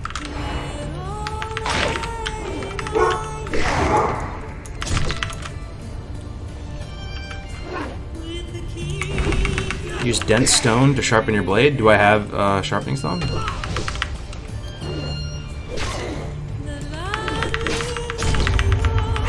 It's brutal. How do you not get copyright striked using the Witcher music? So, for some reason, video game music, like if you're playing the music that they actually run in game, they don't strike you, because I guess the companies just figure that it's just in-game music, you know. So, you know, whether it's Age of Empires music, Witcher music, you're generally good to go with that stuff. It's only if you play something, you know, you hear on the radio, you play some Drake or something, like, then you're gonna get striked. Are you still subtlety? Yes, I'm subtlety at the moment.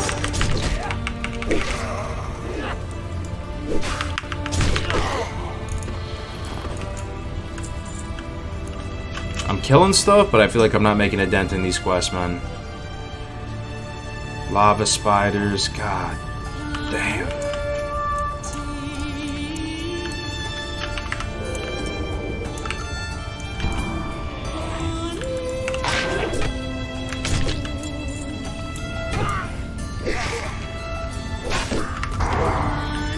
Just saying, it'd be dope if you were to make available a WoW Hardcore Streamlabs theme.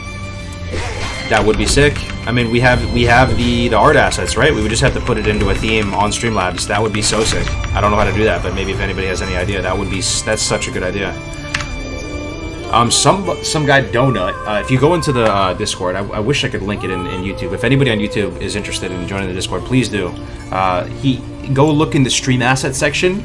He made a whole weak aura UI. Hardcore UI, pretty much. Your whole UI gets changed. Even this. I honestly wish I had it right now. I'm about to download it sometime. He made it so that even your character frame, this thing that pops up, looks just like all the other hardcore stuff. It's huge brain stuff. I wish I knew how to use weak auras better, but if you know how to use weak auras, it's in there right now. He put it in there and it looks amazing. It really does look like you're playing a different game, because even all of your tabs that you open up look hardcore. Shout out to Donut.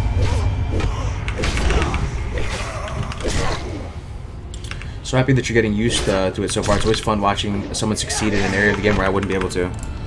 Yeah, no, I'm sure you'd be able to be successful in hardcore, man. You have to lose a few characters, but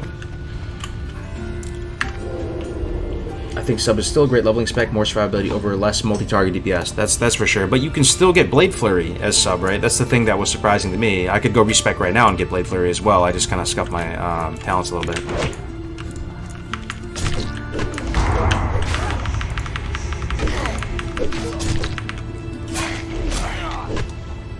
Do you ever run into copyright issues when you play third-party music?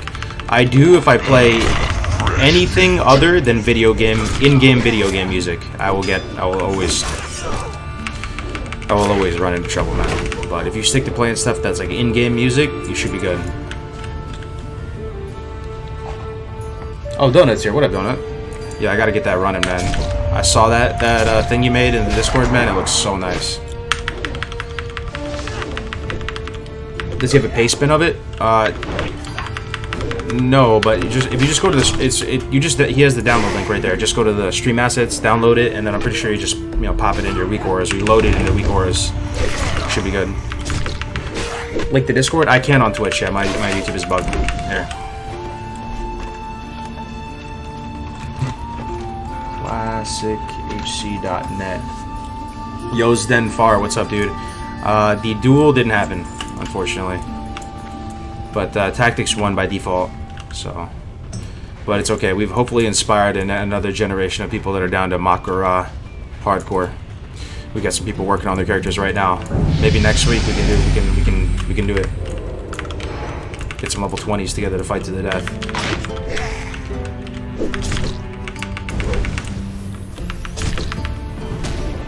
It's rough when my 3 favorite hardcore streamers are on at the same time. I gotta try and pick one. Yo, you can run all the streams at the same time, man. That's what I usually do. Because no, I feel you though, man. I'm so happy that that there's multiple people, multiple options for everybody, and that hardcore is really becoming a thing. I mean, how did you guys hear about hardcore? Like, I mean, maybe it's not becoming. I mean, we could still be kind of a bubble. You think it's spreading right now? You think the people that just play normally are hearing about it? The numbers on the Discord are going up. I mean, we are at... It's slowed down a little bit in growth, but we're still rocking 4,400, over 4,400.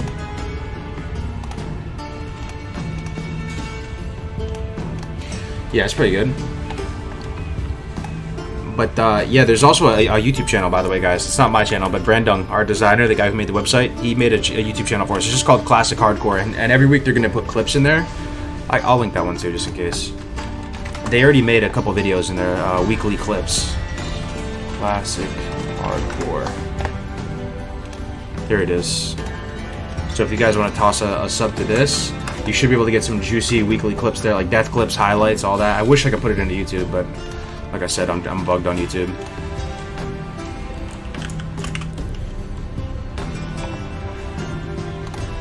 I just want to get the Diablo action bar. I have a guide on my channel, man, a video guide. Just check it out.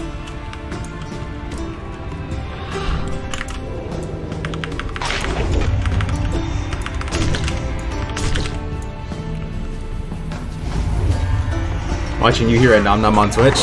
Nice, man. I told you guys about Nom Nom, right? Awesome streamer, man. Love watching that guy. That's the stream I hang out in most times. If I'm not streaming, I'm either in Gray's stream or Nom Nom stream. That's where you can find me. Just do an @ Cargos Gaming. I'll probably be in there. I just have it running on my iPad as I go about my life.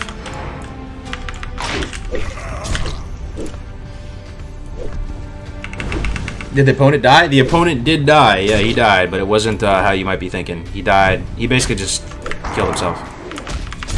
I think I found you from Death Camp in Melderon and started watching Super Plate Brothers.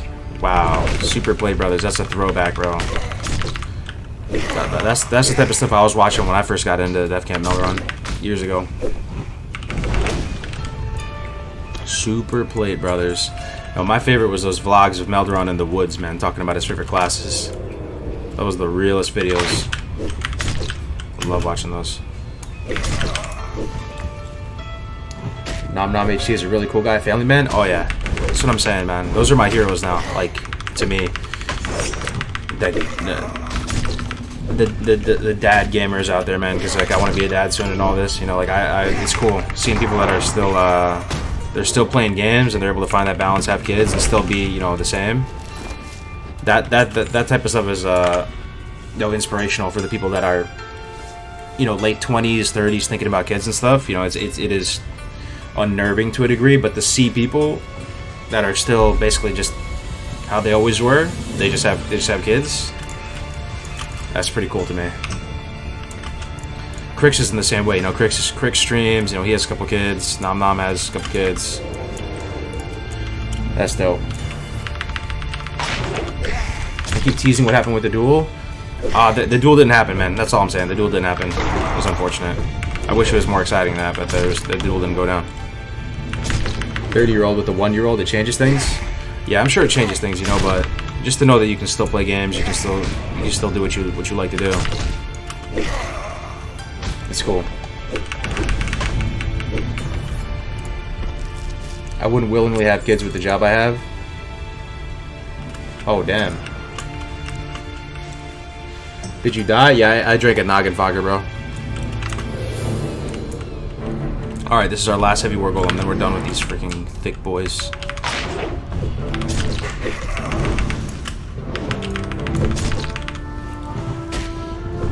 The gym grind, bro, I haven't been to the gym in a while, ever since the pandemic stuff, but I've been just putting in some work at the farm. Like last weekend, there was a lot of physical activity at the farm last weekend. I told you guys I got this Polaris vehicle. My dad bought it for us. It's like a utility go-kart ATV looking awesome thing. It has a hard roof on it. It has a little flatbed in the back. They're so fun. They whip too. Like, they're just full electric. I was whipping it around the property. Gonna fix the fence soon. Those are so sick. Oh, you know what I'm talking about, right? Yeah, those vehicles are sweet. Got a tractor. Going full country, man. 52, hell yeah, we're getting there.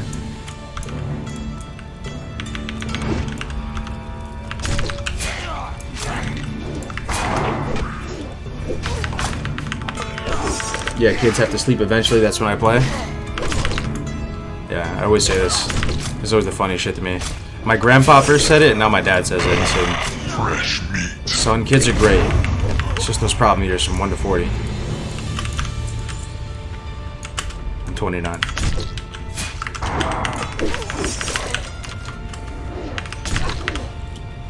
I often get up at 4 a.m. or so to get an hour or two in before the kids are up. Damn, bro, you guys are making it sound kind of savage.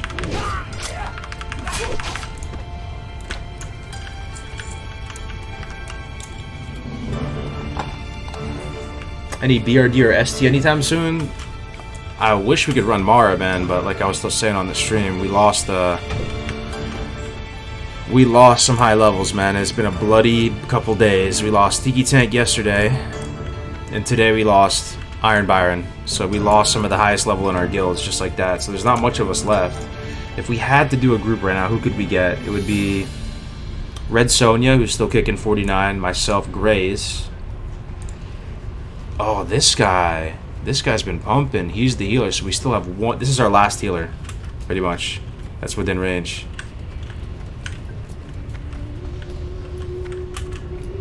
You know, we could stitch together a group if we had everybody on. We would have just enough.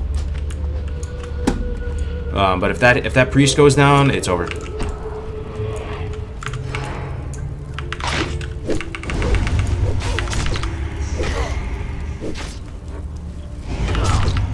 Enjoying post-swimming workout. Food, Hearthstone, and my favorite streamer. Hell yeah, dude.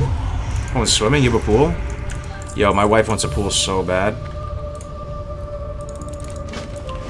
Oh, the Outhouse quest. Yeah, that's over here, right? Okay. Fresh meat.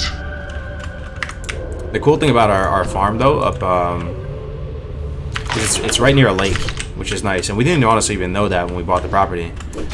You know, we saw it in the description, but we didn't really put the pieces together. Oh, it's so nice, man. It's a lake you can go. It's all spread out. You bring the dogs. You don't need leashes or anything like that. You know, we lived in New York for most of our lives, right? You'll never... It's so rare to find a place where you can take your dogs off leash. So, like, just going to this lake. Dogs can run around. Nobody even cares. They go swimming. We got paddle boards a few weeks ago. So we're going paddleboarding. It's a good time. Got one of those, just those classic barbecues where you throw the briquettes in the middle of it, just drench it in lighter fluid, and make some burgers at the lake, dude. Mad fun. Swimming is the best sporting activity a man can do for his body and mind. Yo, it's definitely up there for sure. Definitely up there. Full body workout. You get so hungry after swimming too. I don't know what it is about it, but your post-swimming meal is the best. Can't pug in hardcore challenge? Pug as in form a group of just random people? Yeah, you can't do that. But you can run dungeons one time with a full hardcore group though, so.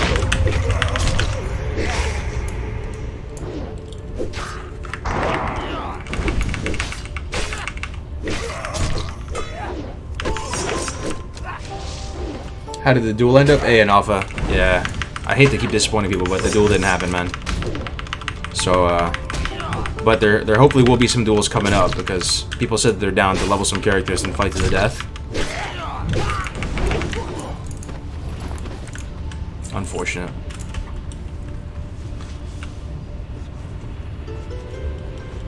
Check out UO Outlands if you want to make some classic UO with mods.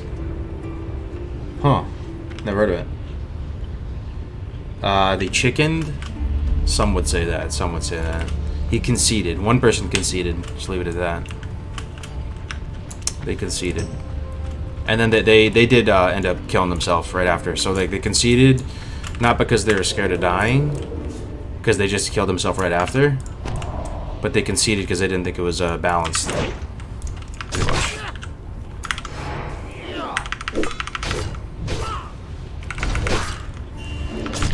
you have any near-death moments with this character? Bro, so many, yeah, absolutely. We've had a lot. The hype for the 60 is real as fuck. What up, Crix? Good to see you, man. We're getting there, right? 52? Getting there. How goes the TBC, Crix? You, are you level cap and everything now?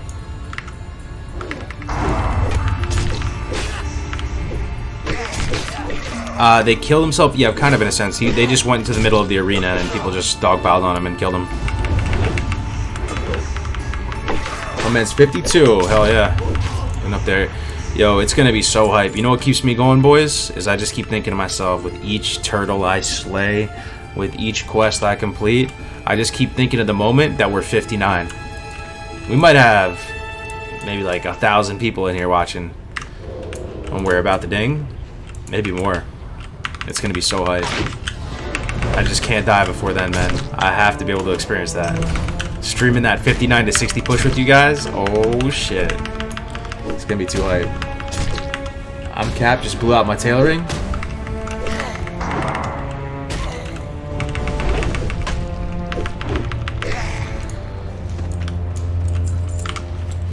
Blew out my tailoring. I'm easily the top lock on the server between me and Wolfar. Nice, dude. Nice. You'll love to see it. You're an orc, right? I love this channel, man. Keep it up. I'll probably join in on the action. Do it, bro. You're more than welcome here. Grind 59 to 60 on green mobs. A part of me wants to do that to secure the win. Don't get me wrong. But a small part of me, a small Blaze for Days, you know, that Blaze for Days has rubbed off on me a little bit. A part of me wants to do something and end it on some like really climactic finale, like do a BRD or something. Then I think to myself, man, I could do that on future characters. You know, it's not worth it risking it on this one to do something like that, because let's be honest, if you don't get 60,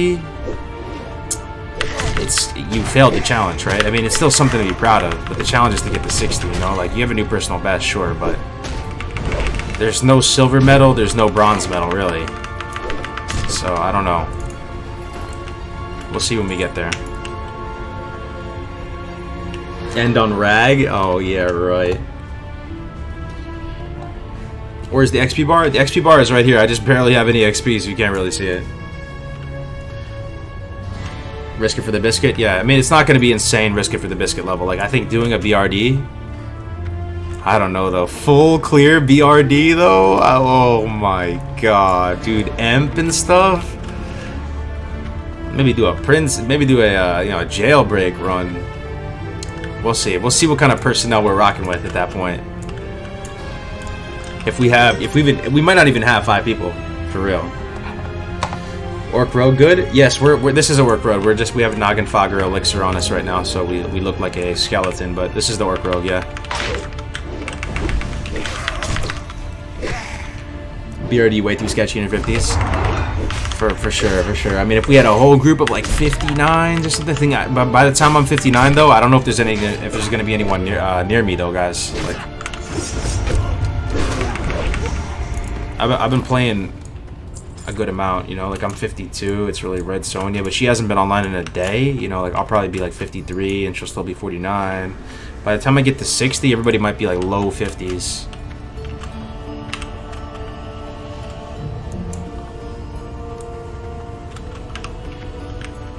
Go Skelly mode again.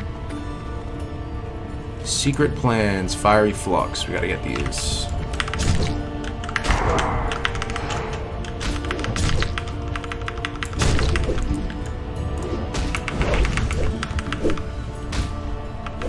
Hey, what's up, Tanish? Undead is better for PvP or for PvE? Yeah, it makes sense. I mean, Orc is good in PvP as well, though. I mean, just with the stun resist. Can you not pug for what you need in the group? You can, but it has to be all hardcore characters. So it has to be hardcore characters within the Meeting Stone level range. So like Dead Minds is 17 to 24 or something. So you can pug with other hardcore characters, you know. But is that really a pug at that point? Because they're probably in the guild. You can't play with like non-hardcore characters, if that makes sense. Well, maybe get to 59 level, then wait. Possible. I'm just gonna want to get 60 though, man. I want it really bad.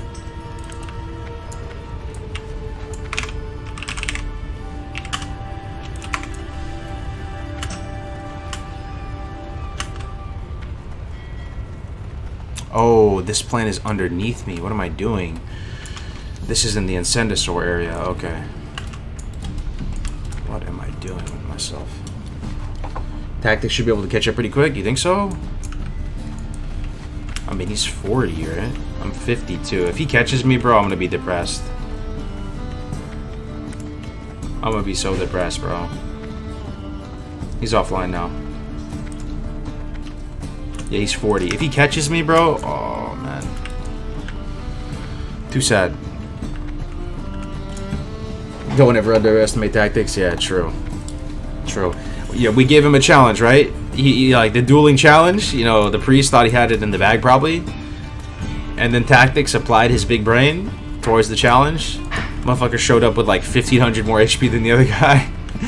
he had insane gear. You know, I think he had 2,700 HP, and the other dude had 1,700, something like that. Yeah, tactics goes hard. Yeah, I'll see you later, GSK. Remember what XP per hour you had on Paladin at 45. You know, I don't remember, but I do have all the VODs all the way up to 60 on my Paladin, so you should be able to go back and see them. If they're not available, I'll try to give you the link to the unlisted VOD so you can see it. I have the whole run from level 1 on the Paladin all the way up to level 60 recorded, which is awesome. That's the first character I ever did that on. Recorded everything.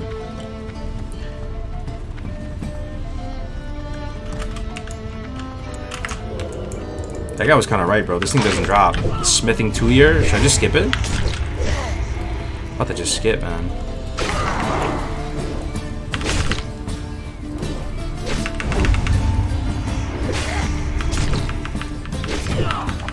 How many level 60 hardcores does Cargos have? Bro, I wish I could give you a number that's higher than 0. But I can't. I have 0. But this guy, I'm hoping this is the blessed run. We're gonna get there with this dude.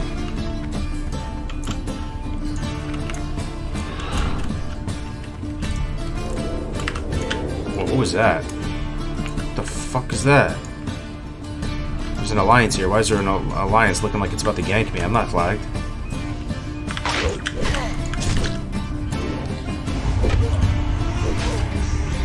Haven't checked in a week. Have you done any dungeons since SM? We did RFD as well. That was the last dungeon I did.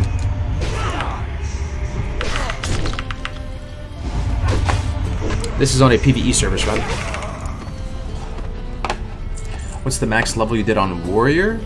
On Warrior was 29. I died in Hillsbrad Foothills trying to do that quest by the Battle for Hillsbrad. It was a troll warrior. I died. I got netted by the humans that were running out of the building. And yeah, I pretty much died to net every single time I tried to play warrior. That's why if I go warrior, I'm going gnome for sure. Gnome, so good.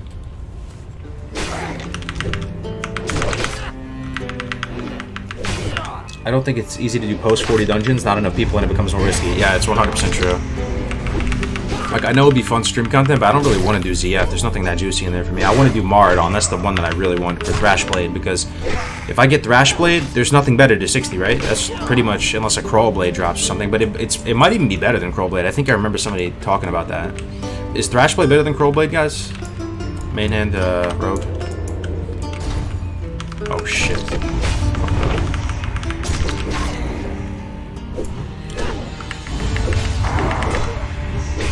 Gnome is a meme.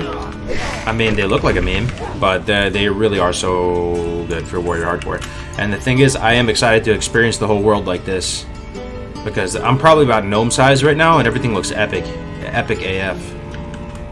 Everything looks so big.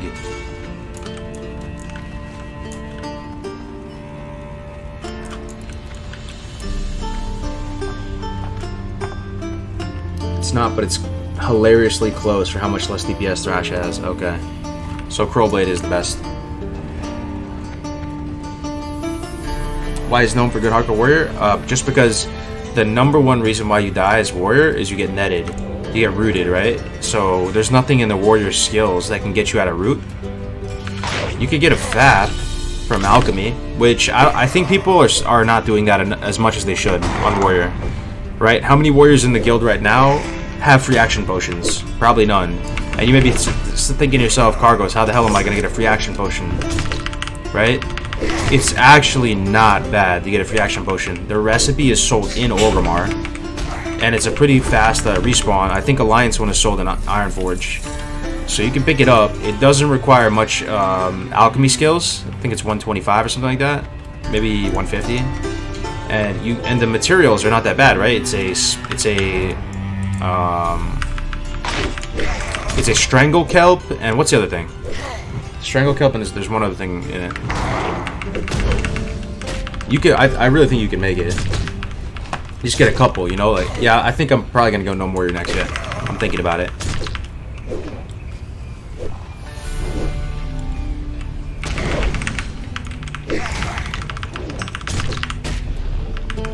Yeah, it's strangle kelp. What's the other one, guys? Anybody know? Is it a fish? I think it might be a fish, bro.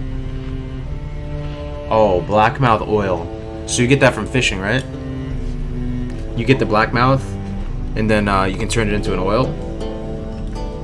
So pretty much with fishing and alchemy, I mean, that's, first of all, just sounds very flavorful and cool, right? You're a warrior, you're using fishing, you're getting strangle kelps, like it's all, you know, alchemy, herbalism, fishing. It all is very like synergistic, you know.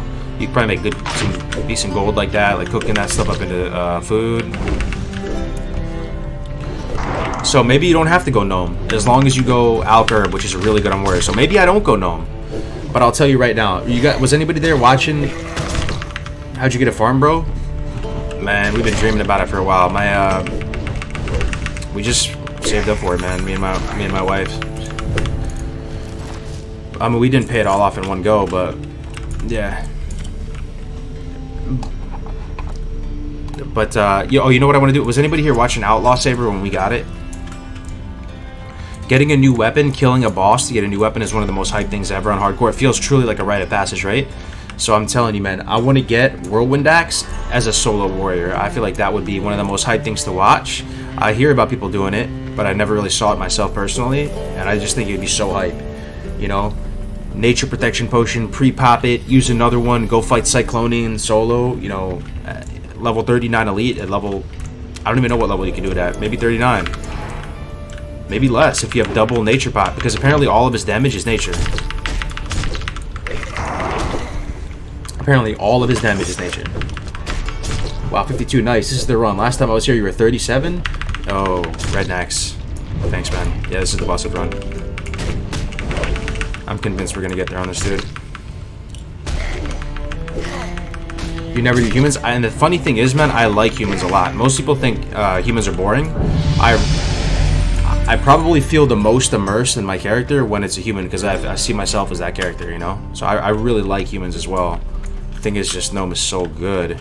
The engineering skill is insane.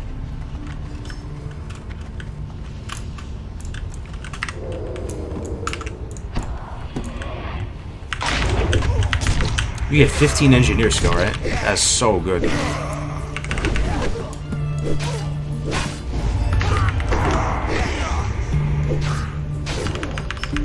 You're always fighting lower level mobs as a hardcore warrior, so the weapon skill doesn't do much? Oh, yeah. For sure. No, 100%. I agree with that. Looks-wise, though, the warriors look awesome. Human warriors. It's fucking debuff, bro. 70% chance to miss. It's brutal.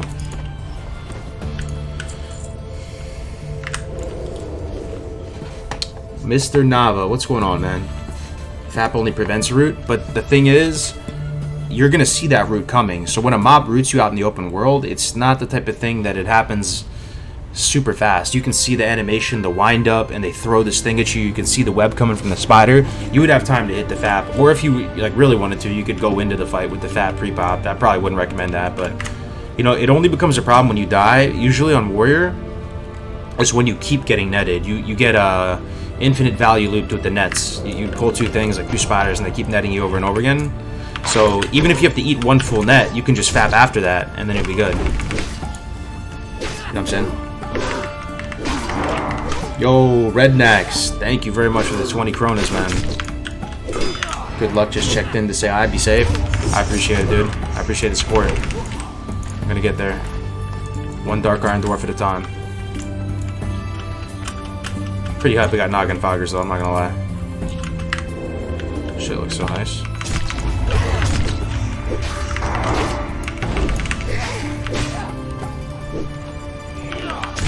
Didn't you like the UI change from the last video? I like that UI too, man, but the only thing is it was straining my eyes. I got a really, like, a vicious headache, and I don't get headaches that often. And I do think... just checked in to say hi. Be The safe. only thing I changed that would give me a headache was me having to look at the action marks at the bottom right and then look to the left to see my health at the bottom left. So I changed it back, and I haven't gotten a headache since.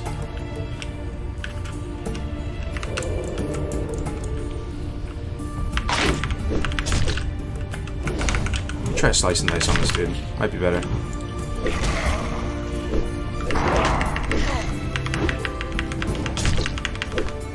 If they miss debuff on you, why not use bleeds instead of eviscerate? No, it's a big true. I was doing that before. It was better to use bleeds on them for sure.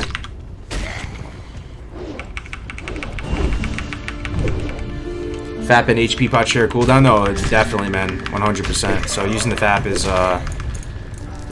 HP pot is your main healing, right? It's pretty much the only way you heal. So that's why I do think Gnome is insane. Also, I kind of don't want to go Alchemy.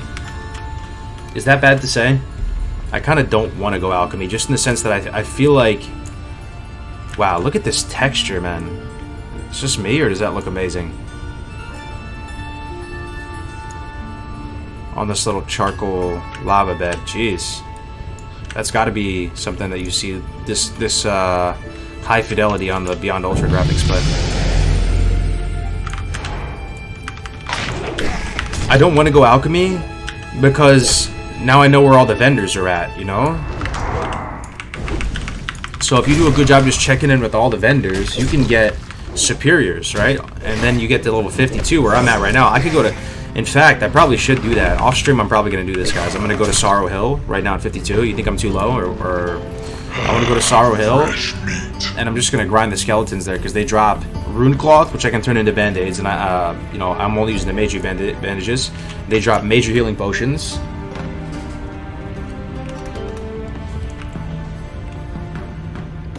Try not to go for bisracial, more hardcore flavor. I hear you, bro. Trust me, I hear you. The thing is, man,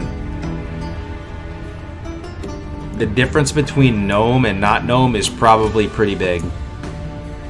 So if I'm serious about getting 60 on a warrior or something, I feel like you really want to consider going Gnome. And I also think they would make the world look way bigger, which would be pretty cool.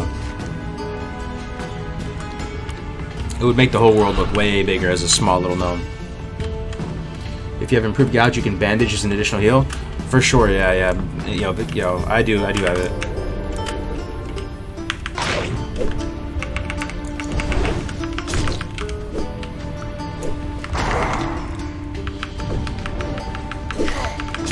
Or be big brain and go skinning mine and gather a bit of life for your goggles, then drop skinning for engineering.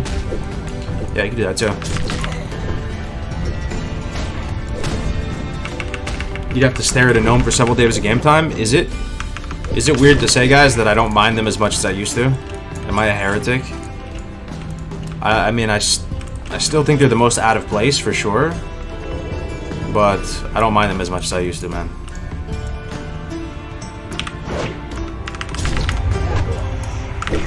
They're kind of alright, man. I know. I used to hit on them a lot. I used to hit on rogues, too, man.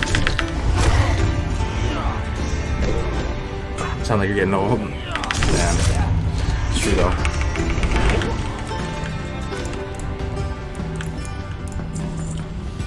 Playing a gnome right now, the fantasy of training to take back your city from oppression. Yeah, Gnome Aragon. True.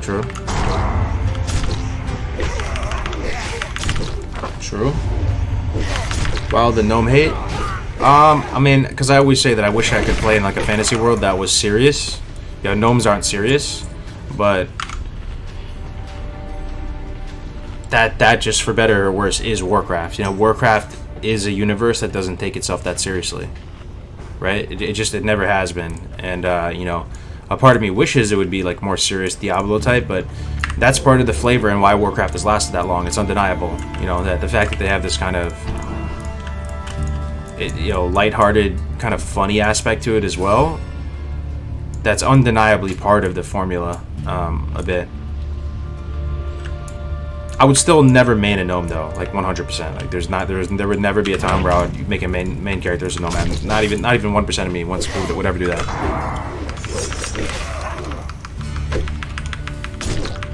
I remember when people were planning to make gnome rogues to camp Gargos.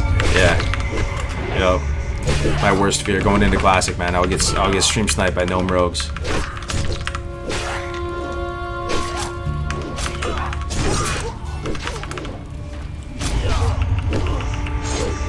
I'm assuming you're stoked for pretty Ashes of Creation. Why would you assume I'm stoked for Ashes of Creations though?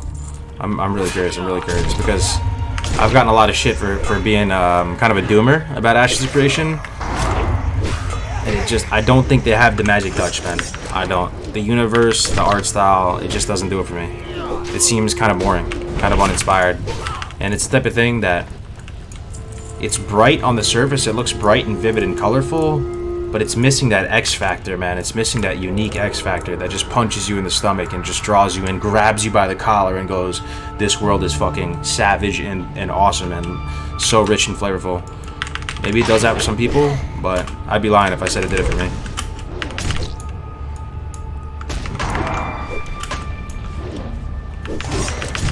Holding out for Diablo 4? Yeah, man, I mean, you know where I stand on that. Art-wise, that's the coolest thing ever. I'm the type of person I would just want to watch that trailer over and over again because the trailer is so hype, man. You talk about a game that takes itself seriously. Diablo takes itself dead seriously. Is there any humor in Diablo? I'm not to say no humor is good, but I'm just trying to make a point here. You know, if Diablo did have a really amazing universe, because I don't even know about the universe that much, but let's assume that it had really rich lore. No, then you can be proud of knowing all the Diablo lore. You could be like a Diablo expert, and you know you just know all about the lore. The characters are to be taken seriously. The universe is very fleshed out. They didn't do anything, you know, to scuff the universe up and have stuff that doesn't make sense.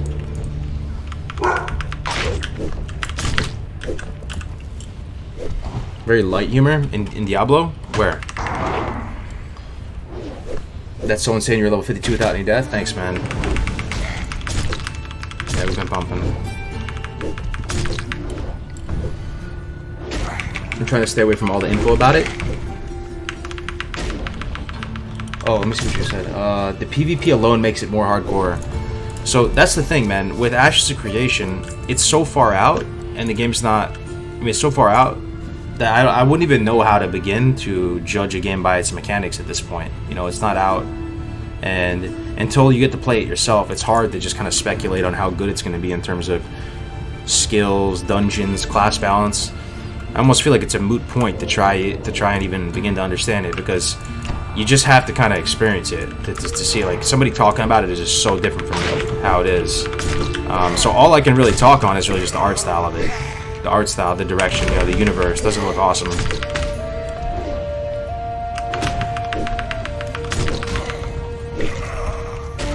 Oh, the cow level? Everything needs a little humor. The Witcher 3, yeah, yo, The Witcher 3, true.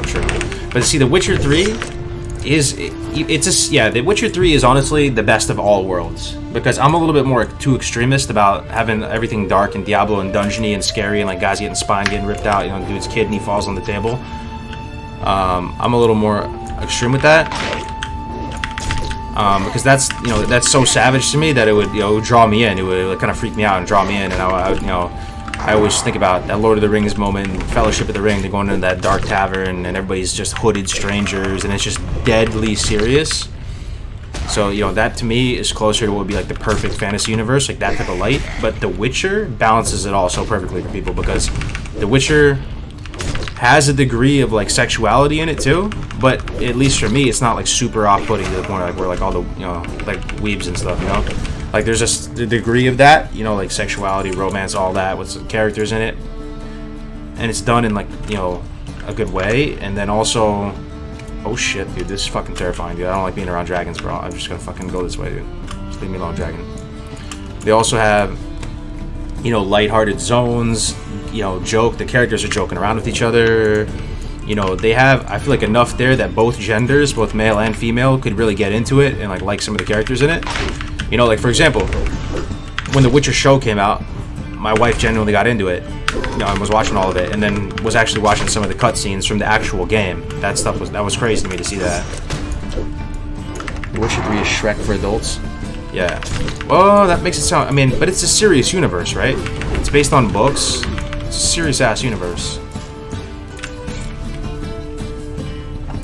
1 year from now, when they put it out, it's going to be so different from what they have now. That's what I'm saying. So all you can really comment is just the art style for me at this point.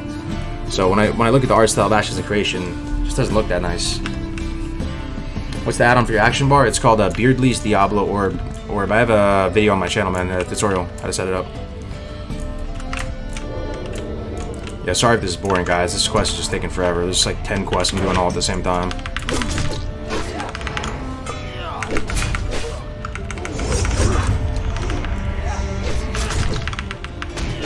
Yo, Cassie, thank you so much for the 5 again. Chicken.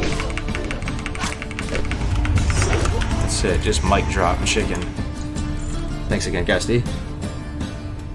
Witcher is just a Polish Diablo. But the Diablo universe is darker than the Witcher universe, right? I mean, there still are some dark. Like, I love the Witcher cinematics, man. I played some on stream the other day.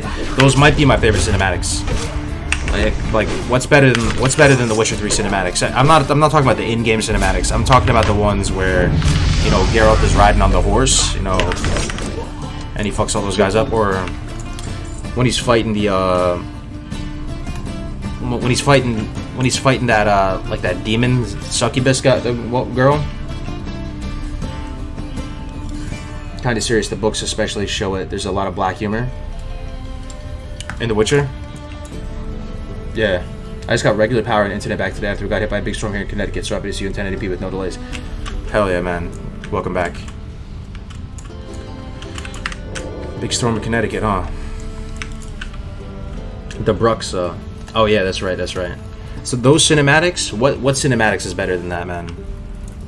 Are better than that. The exact light that those are set in, it's still fantastical, magical. There's still some richness in terms of like just the colors, you know, like he drinks that potion, and like it's so fucking fire, bro, that I just get nerd chills. You know, it's so fire. You know, Lord of the Rings and Witcher, probably the best executed fantasy universes I've seen. Like, I love World of Warcraft. Don't get me wrong, man. This game has done so much for me. But I think like Warcraft was there once upon a time, back during the Warcraft 3 era, with all those stories being told, Calling of Stratholme, Thrall's escape from Thurnhold Keep, you know. But it's gone downhill, right? That's kind of, there's no way around it. It's just what it is. It is what it is. What's your the WoW trailers? That is true, man. That is true. I mean, we got to put the WoW Classic Cinematic up on S tier. It's true, but like in the context of its time, the WoW trailer was the best. Yes, 100%. Because you can still play the classic WoW trailer right now, and it holds up. It would hold up with those 2017 Witcher trailers or whatever. The original one. You have to realize that was made in 2004. It was the most mind-blowing looking cinematic ever in 2004, so it was probably in production in 2003 or something. So the fact that it still holds up, yeah, it's insane. In the context of its time, I don't think anything's better than that. Wow, nowadays, flowers, fairies, and furries. I mean, I would just be lying if I disagreed with you, man. I would be lying. It's just too much. It went in a different direction. The art style is too fruity, to be honest. But some people love that, and that's fine, man. It's all good. It's not like before where you only had retail, so everybody's just complaining about the good old days. Now we have classic too. We have classic. We'll probably get classic TVC. So, you know, different strokes for different folks. We have different options now for the first time ever, which is hype. You'd like Mass Effect? I love Mass Effect. The first Mass Effect, I saw Alex the other day streaming Mass Effect. It brought me way back. Mass Effect 1 was unbelievable. That was the first time I'd seen that type of BioWare. Who made Mass Effect? Was it Ubisoft? No, not Ubisoft. Was it BioWare? I think it was BioWare. That style of in-game voice-acted cinematic, that was like the first time I'd seen that. Because I think that came out before Oblivion. I used to just show everybody that. Just sit them down and be like, yo, watch this game. Because it opened like a movie. I'll never forget it. Mass Effect 1 opened like a movie. That's as simple as I can put it. when you watch the opening to that game, you might as well have been sitting down with a bucket of popcorn at AMC because it opened like a movie.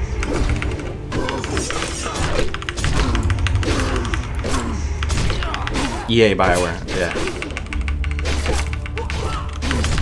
This guy's kind of slapping. Kind of want to bandage. Oh shit. Okay, I'm gonna evasion. And he nets too. Fucking stuff of nightmares, dude. Okay, I gotta be ready to potion. Just go for the abyss, fuck it. Zug him. Okay, potion. No, we're good, we're good. I don't like getting down into the 40%. 40% is bad. Very bad. I love that Diablo overlay. Thanks, man. The way they foreshadowed the Reapers. And Mass Effect, right? Hurricane's WoW videos are dope. Yo, I still didn't watch that TBC one. Are you guys pissed? I still didn't watch that one. DefCamp Meldron said it was better than any single real WoW trailer they ever saw in their life. I mean, that's the biggest endorsement you could ever have. I gotta watch that like Ace. I'll watch it tonight.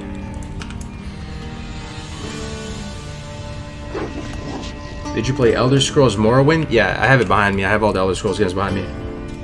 You know, I saw a clip of Elder Scrolls the other day. How do you guys feel about Elder Scrolls, considering everything we've been talking about? You know, if Witcher... Are we all on the same page here? That Diablo and Witcher... Well, maybe we're not, man.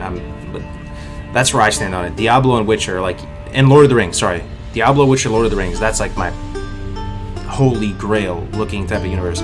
Maybe I take Diablo out of it because I don't understand Diablo. I just like the art style.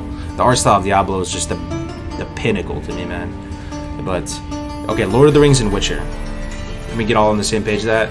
And then maybe Warcraft, a few pegs below that. Where does Elder Scrolls stand? So they're from Talaria, right? Fresh meat.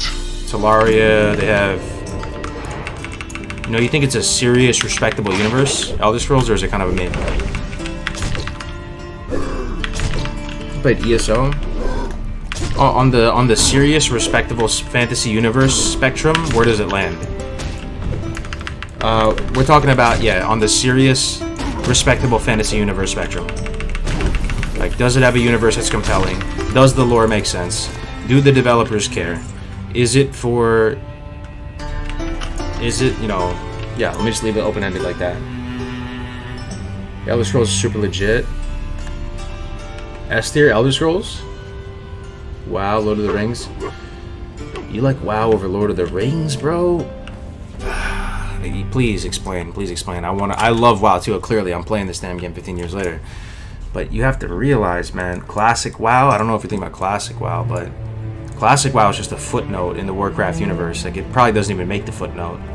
You have to realize that the Warcraft lore, at least from just on a noob level, we're dealing with space aliens and planets, one-shotting planets, old gods, titans, you know, big demons and stuff like that. Like, you're dealing with giant celestial beings on an intergalactic level. They're like one-shotting planets and universes. Like, it's like a space game, as I say. It's like a space fantasy game.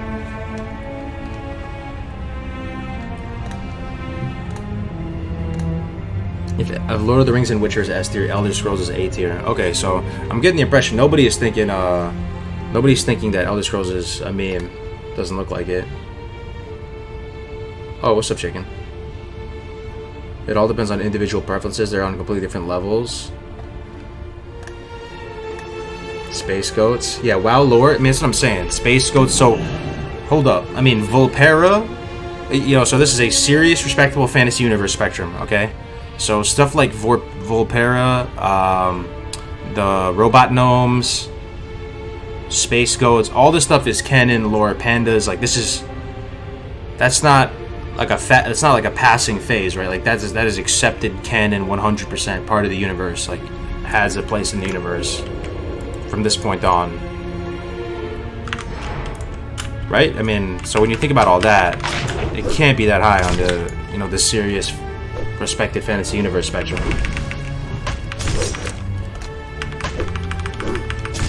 Yeah, I know Panda's been around for a while, but still, at the same time, just compare it to the things we're talking about on Tamriel. Think about Diablo, think about Lord of the Rings. It's just another tax bracket, right? There's nothing that silly in Lord of the Rings. What's the silliest thing in Lord of the Rings? Hobbits? And hobbits are still pretty serious. There's that Iron Byron guy you had mentioned earlier stream. He was recording, but he doesn't stream. I think he records locally. But yeah, if you ask him, he probably has the holy shit, another hardcore out here in the Searing Gorge. On the other faction. Victory or death. That's kind of cool. Yes, WoW is silly. That's what I'm saying. What's your thoughts on Game of Thrones? I'm gonna lose half my damn subs, but fuck it, man. I'm just gonna be 100% real with you guys. I'm not gonna say something that I don't like. It's the type of thing that I wanted to be hype for Game of Thrones. I went into Game of Thrones with an open mind with wifey. Like, you know, it was something that I was hoping that we could both enjoy. You know, fantasy universe, super high, everybody loves it. This is back during season 1, right? Now you have to keep in mind when you're talking about me, Cargos, I'm the type of person that it's hard for me to get into shows. I'm not a show guy because I feel like when you watch media, like movies or a show, you have to be able to buy it. You have to be able to buy it. You know, not buy it in the sense of monetary buy it, but it has to seem reasonable, the universe, the decisions they're making. You have to have that plausible deniability. You have to be able to see some sort of level of realism. And for me with the show, these shows that drag on, it's harder for me to see that level of realism and stuff because in my mind I just think it's a show and they're just freestyling the decisions. So anyway, I went into it as a show and watched it, and that's all I can comment on because I never read the books. And I'm only going to talk on Game of Thrones from the perspective of somebody who's watched a couple episodes in season 1. For me, it felt like high fantasies for normies, all right? And in before everybody unsubscribes, like, sorry, man, it's the truth. It felt like it was made for like the mass audience, people that don't really like aren't into fantasy, aren't into Lord of the Rings. It was like hypersexualized to the point where it was distracting. Right, so the degree of sexuality in the show was legitimately distracting from like the lore and the characters and stuff. Like it was too much. Like they put too much of it in. And you know, I'm not like some prude or whatever. I'll watch that shit. It's fine. You know, like I'm exposed to much worse. But I just kept thinking to myself. It kept popping in my head like, yo, they're going OD with this stuff, right? And then that was the overarching feeling I had when I was watching it. It felt like it was the high fantasy of hobbits and dwarves and elven bread and those, you know, the dark riders that are trying to get Frodo and Smeagol and Gollum. All the Lord of the Rings, Tolkien high fantasy, but it was just watered down. And the dialogue, for me, it bothered me when they were speaking with, you know, these accents look like they're straight out of New Jersey. Like some of them, to my mind. Like it didn't seem like that Lord of the Rings type of accent. Like the realism just wasn't there in my mind. That I just kind of watched it, and I had an adverse reaction to it watching it. And maybe you guys can talk me down from it. That was the last time I gave it a couple episodes, and I just couldn't do it, man. God was oversexed. It was just repulsive. Yeah, I mean, so low fantasy. That's an interesting term. You're saying low fantasy, right? High fantasy, low fantasy. Dude, that's really interesting. But here's the thing, right? So my cousin, he's really into high fantasy, and he's read all the Lord of the Rings books. He's read all of the Witcher books. I think he has a PhD in basically nerddom or something.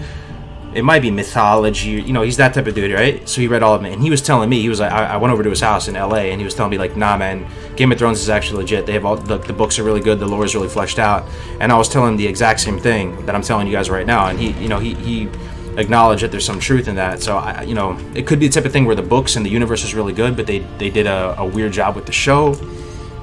I don't know, man. A lot of people think similar, bro. Hey, Benny Blanco, like the mob in Westfall. What's up, dude?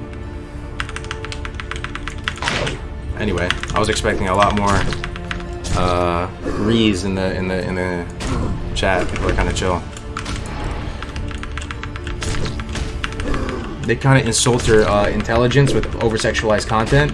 That's what I'm saying, bro. And it's distracting. It's distracting for me being able to give this like a real serious shot of like liking the show and universe. That's kind of how I felt for it. Like, so you know, it's the type of thing that imagine your friends right now. Some people aren't into fantasy, right? You try to get them to watch Lord of the Rings or something like the Lord of the Rings movies, and they think it's boring. They're just not into the high fantasy. Like it's too it's too nerdy for them almost, right? Like there's not enough action in it. There's not enough sexuality or romance slapping you across the face all the time, you know? Just the whole idea of like elves and swords and bows and knives and like those type of things, they just don't do it for them. You know, it was almost like they just cranked up they just Michael Bay'd Lord of the Rings a little bit. I mean, the show is just there to milk out of the book. There'd be no motivation if it wasn't for the money they can make from the books. Yeah, man. I don't know. That's my thoughts. I feel good. I'm able to like vent and get it out. I'm actually really surprised because if I did a straw poll right now and I said, no, do you like Game of Thrones? Do you love Game of Thrones? Guaranteed, 90% would be like, yes, love Game of Thrones. One of the best things to ever happen, point blank period, to like, people love Game of Thrones.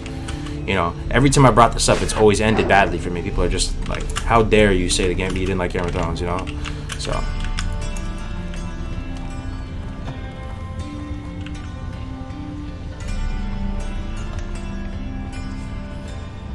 It would be 90% hating on Game of Thrones after it ended. Oh, maybe true. So if it was still going on, though, without the ending, it would be 90% everybody loved Game of Thrones, right? Because the ending did put a lot of people on, you know, they didn't like the ending, right? I remember that. It was, you know, the Game of Thrones ending came out on my wedding day. So after our wedding, you know, when the bridesmaids and the groomsmen, we all, like, went to the same room and started watching it, I just couldn't watch it, man. It was... Because here's the thing, man. As a loud and proud, red-blooded, barrel-chested nerd, you know, who likes high fantasy, and I live World of Warcraft, and I love this type of shit. I love Diablo. As someone who fits that type of bill, I see like a lot of like my wife's friends who, you know, they're great people. Don't get me wrong, but they're far from that. You know, they're working like in healthcare, they're working as teachers, and just like normal jobs. They're like well-adjusted people, you know, like I'm not a well-adjusted person. I'm a fucking man-child, neckbeard, classic WoW gamer. But, you know, all of them who like don't really even like fantasy that much, they're in the same room and like loving it. That was also like a rift to me. I was watching that take place, and I'm like, dude, this is like fantasy light, you know? I couldn't help but think that, man. They toned down the sexual stuff as the seasons went on. Yeah, I mean, so like I said, all I can comment on was someone who probably watched 3 episodes only of season 1.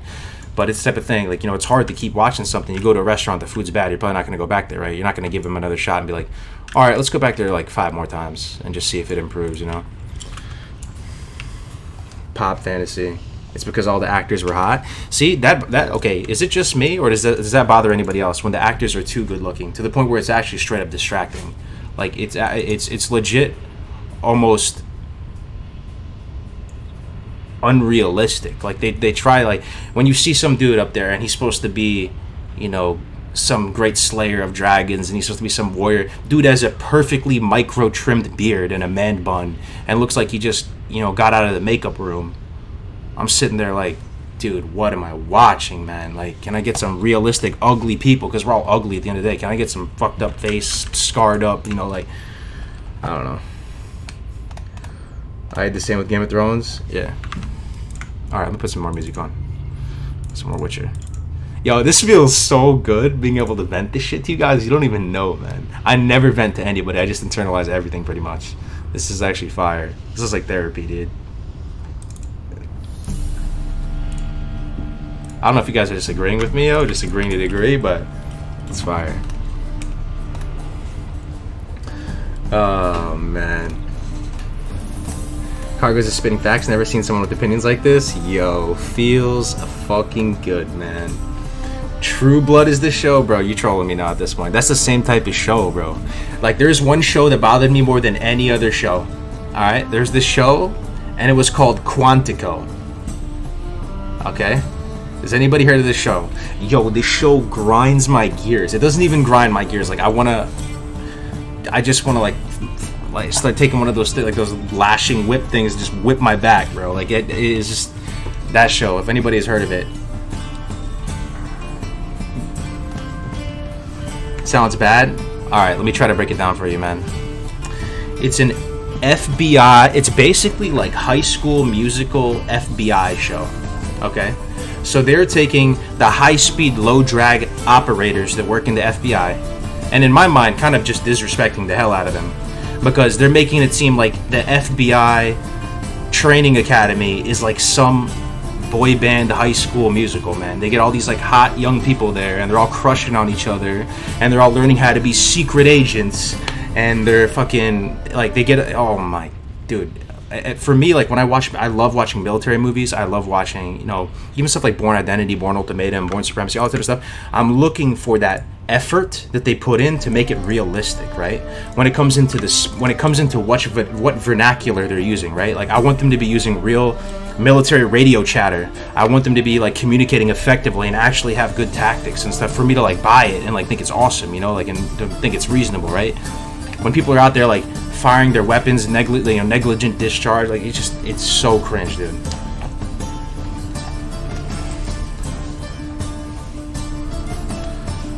Yeah, just Google Quantico. You're gonna see what I'm talking about, dude. And the worst thing is that people loved it. And there was this time where people were talking about how awesome of a show it was, and I was just like dying inside, bro. I was just like losing faith in humanity, like.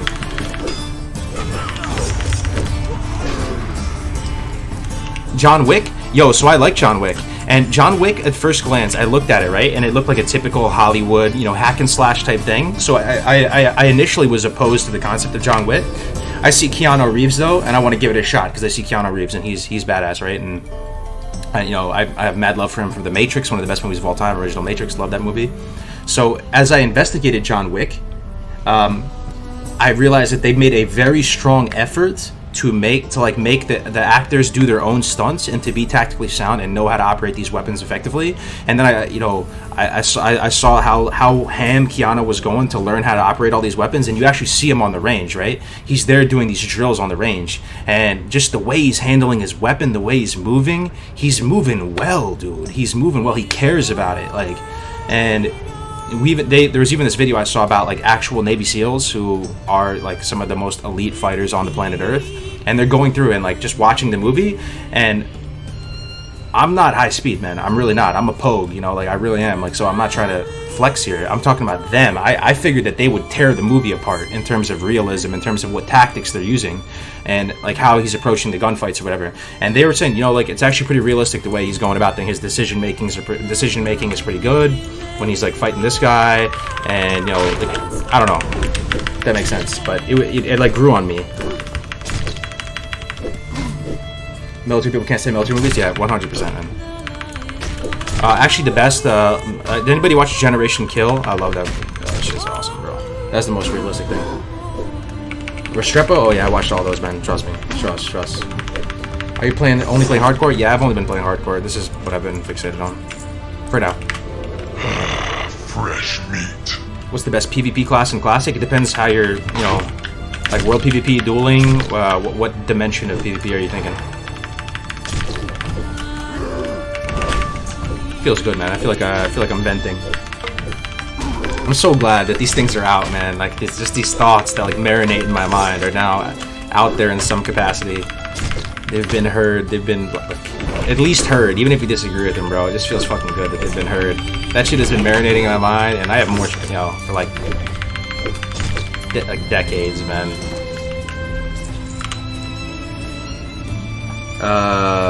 Dueling? Oh, all around? It's hard to say all around. You'd have to pick one dimension. Did you get the blessed weapon too? What up, Dustbone? What do you mean blessed weapon, bro? I had Vanquisher Sword and Sword of Omen, and then this dropped for me, which is not bad.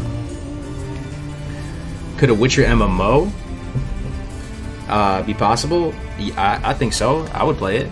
The Seal video? Yeah, I got you. Let me see. John Wick, Navy SEAL. Alright. So, I can't link in my YouTube chat, but if you just type in John Wick Navy SEAL on YouTube, you'll see a bunch of videos. There's a police trainer who, you know, he trains SWAT officers. He's breaking down, you know, the fight scenes in John Wick to explain, you know, if they're realistic and if they like used good tactics. There's also, if you scroll down, Navy SEAL Jocko Willink. You guys know him, right? Some of you guys know him. Yo, he's badass motherfucker, I gotta say. Breaks down combat scenes from movies. That's the one I was thinking of. Rogue is very good for dueling. Yeah, for 1v1 dueling, like, you know, which is the thing that I understand the best and I can speak the most confidently on because I'm not like a big brain rank 14 pre-made person, but 1v1 PvP, undisputed heavyweight champion is SL Warlock.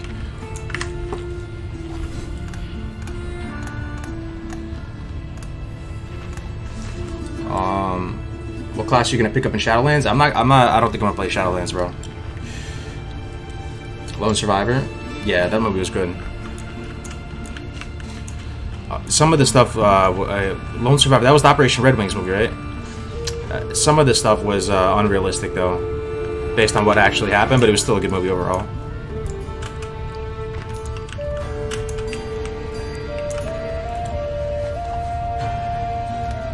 I love Jocko. I recommend his book, Extreme Ownership. Nice. I think GOT was supposed to be an action politics for mass audience, not a fantasy adventure. I don't know, man. I know some of you, some of my brethren out there, were cut from the same cloth. You know exactly the feel, man. Bunch of, and I don't mean this. I mean this just in a fun way. I don't mean this in a mean-spirited way. Like a bunch of normies. I mean it almost in an endearing way because they're like more well-adjusted than us. You know, they actually work like, you know, fucking real jobs and like add value to society. But you know, it was like a fantasy universe. At least the show, like kind of for them. It was like a watered-down Tolkien type of thing that was over-sexualized and had unrealistic, you know, accents on the actors and all of that kind of, man.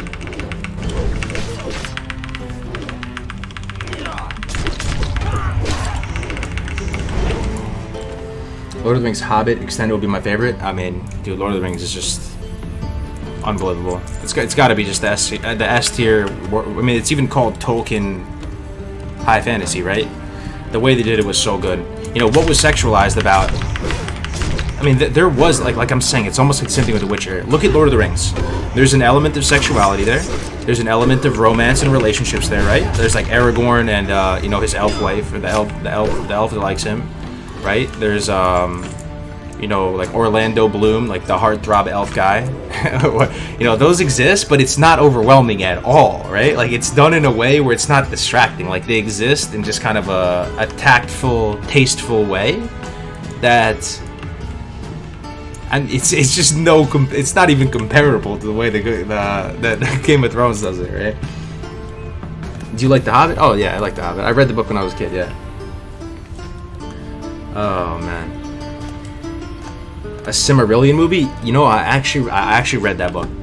I remember it was a long time ago. It was back, I don't know what the year was, but it was right around when The Matrix 1 came out. I remember we were playing Lord of the Rings Risk.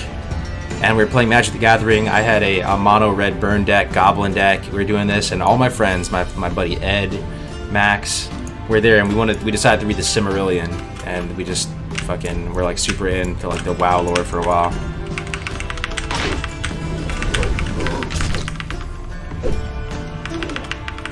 Terran Tactical? Oh yeah, I know Terran Tactical. I watched that exact video you're thinking of, yeah. Yo, actually, the Hobbit movie, you know, this is kind of disrespectful to say, but I actually never watched it. Because there's a recent Hobbit movie, right? I actually didn't watch it. I gotta go watch that. About to watch that tonight. That seems like that's very past due. Oh, maybe I did watch it. I'm not sure. It's possible I watched it and I just forgot. Where can I find those to the add-ons? Looking immersive? Yo, Daniel, if you just click the channel down below, there's a whole video tutorial on how to set it up like this.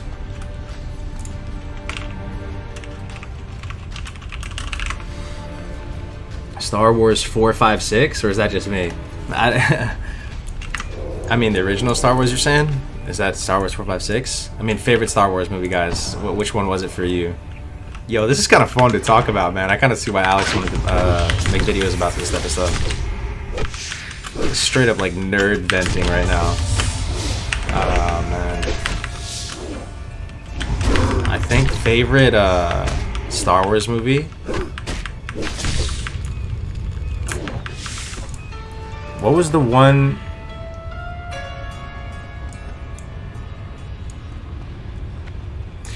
It's probably not one of the old school ones because I missed it just by. I watched those all growing up, right? And they were sweet. Don't get me wrong. But you know, if I'm being 100% honest, it was probably the one where Anakin is doing the pod racing and stuff, like where it's It's like he's come up in the desert, you know. It's a little bit more modern with the way the stormtroopers look. Out of the old ones, though, they were pretty good. The one with the the Ewoks, and the and the rebels are just getting set up to fight the Empire. That one was pretty good. The names escape me. What was the one where he's growing up on Tatooine and they show his mom and then his mom gets murdered? That probably is my favorite. Is that the Jar Jar Binks one? No way. I like the Jar Jar Binks one the most. Yikes, dude. My bad. I think it was just timing. It's the type of thing that was timing. You know, it hit me when I was young enough that it was sick. Was it really the Jar Jar Binks one? Oh god.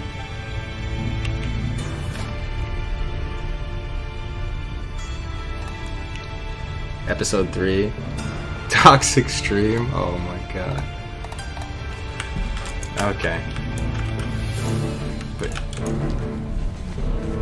yo, I still have that pod racing game on N64. It's right behind me.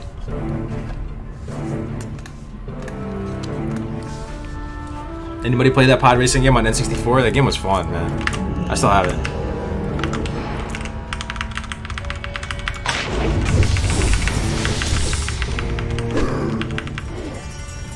You grew up watching the originals? Yeah, true. Yeah, I'm not like big brain with the lore of Star Wars or anything, but I always enjoyed it.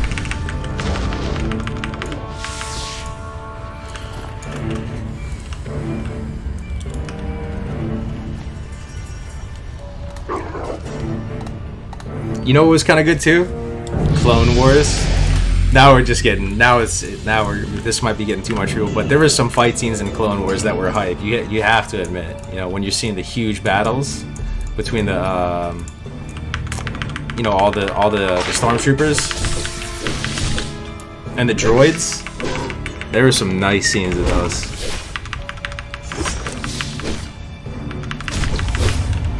Just like you, I don't like Game of Thrones, neither do I. I don't like Star Wars at all. Yeah, no, there's to me, that's all good. You know, the Game of the Thrones one, I have to understand for like, because I know some of you out there aren't typing, you know, and you do like Game of Thrones, and this is like blasphemous. I want to understand, brothers and sisters. I want to understand the appeal of it. The thing is, it could be the type of thing that the later episodes got better, but I've never in my life continued to watch a show after the first couple episodes were underwhelming. Never in my life. I've never like even had the mentality to like try to power through it until it gets better. Even when it came to like animes like that or something, it was either good from the start or it was over.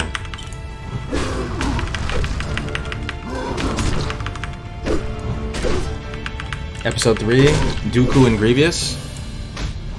Oh yeah, true. Remember that fight. Hey, where should I farm linen cloth to get my first wand? Which race are you? That's a bit unfair. A lot of shows have nearly no funding in the first few episodes. I mean, I can't help it, man. It's almost like a show has one shot to establish that connection. They have one shot. It's almost like when you meet someone, first impressions, right? They last the longest, right? So, or it's really important. That show has that first episode to grab you by the collar and draw you in. Or GG. That could just be me though, because I know my wife is kind of the opposite. She like, well, the first episode or two will not be that great, but because a friend recommended it so highly, she'll hang in there and keep watching it for a while. You know, watch it for like, and then eventually it'll grow on her. You know.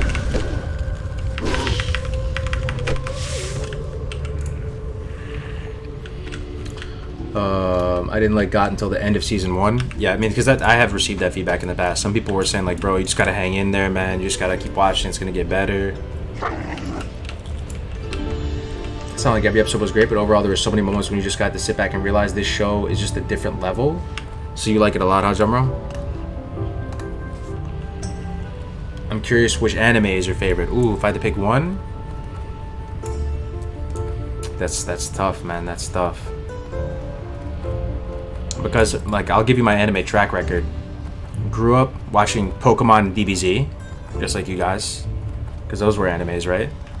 And then the first animes I watched after that, I remember being at like summer camp, and I was at the summer camp, and this one kid had a hard drive, an external hard drive. You know, like back then that was crazy. And the external hard drive had a bunch of seasons of Naruto on it, right?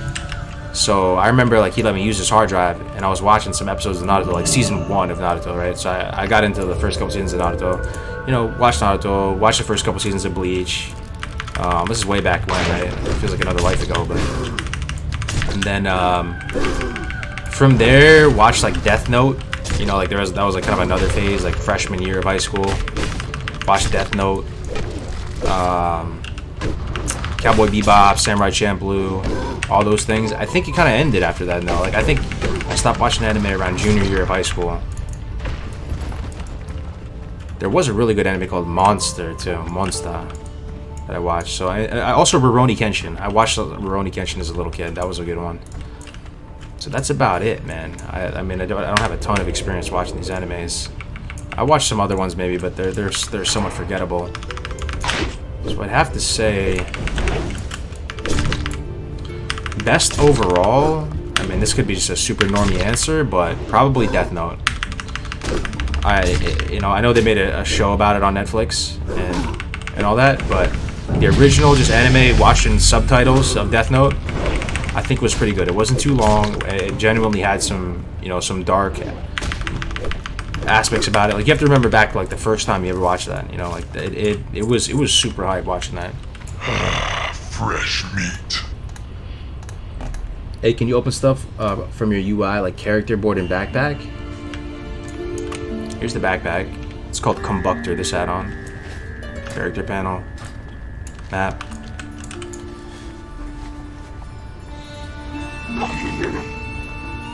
The fight scenes in GOT were some of the biggest, most expensive ever. Oh, okay. Samurai Champloo? Yeah, Samurai Champloo was solid, too. I don't like anime with people writing about Weeb Talk. Fuck off. Not everything is about you. Yeah, I mean, that's a whole nother can of worms, for sure. Am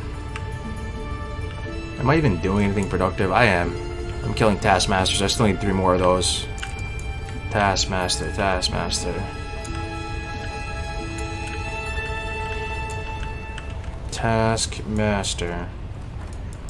And this quest still hasn't dropped. This smithing 2 year. So I am doing something productive. I'm working on 2 quests. Guess I'll kill these guys. This thing isn't dropping though, boys. This thing does not drop, bro. Have you played God of War? Yeah, I played God of War. Back on PlayStation 2 and PSP. It was alright. Tiki just joined you guys on Ally? Oh, that's cool. So his Warlock died then, huh? Because he made a Warlock after.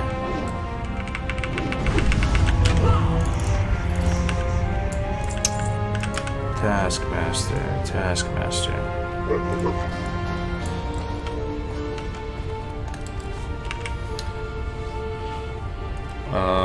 Screw anime, which race did you like most in StarCraft? Guess which race I played. Because I actually played a lot of StarCraft, and it's my favorite thing to watch. Maybe point blank period, just like in life. It might be my favorite thing to do with you know, watching wise.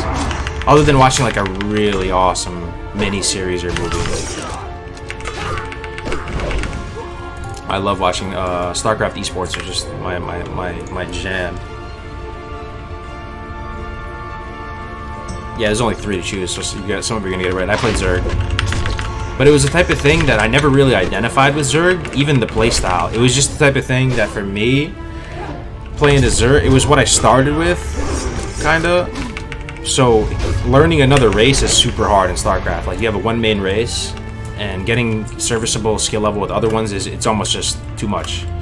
So the thing I like about Zerg is that you outvalue your opponent, but not in the most straightforward way. You outvalue your opponent in terms of economy. You don't outvalue him in terms of strength of army, because a Zerg army can't really like pound for pound fight a Protoss or a Terran army if you're just deathballing. But I like the idea that you outvalue in terms of economy. You just spread like the plague, and you just outvalue them with just swarms of units and making tons of hatcheries all over the place, creep spread all over the place. I love the Baneling. The Baneling is just one of my favorite units of all time. Missed some streams. No turtle grind in the hinterlands? No, we did. I did it for a little bit, for a few hours. Watching Cyril? Oh, you know Cyril? Yeah, Cyril is the god gamer of this.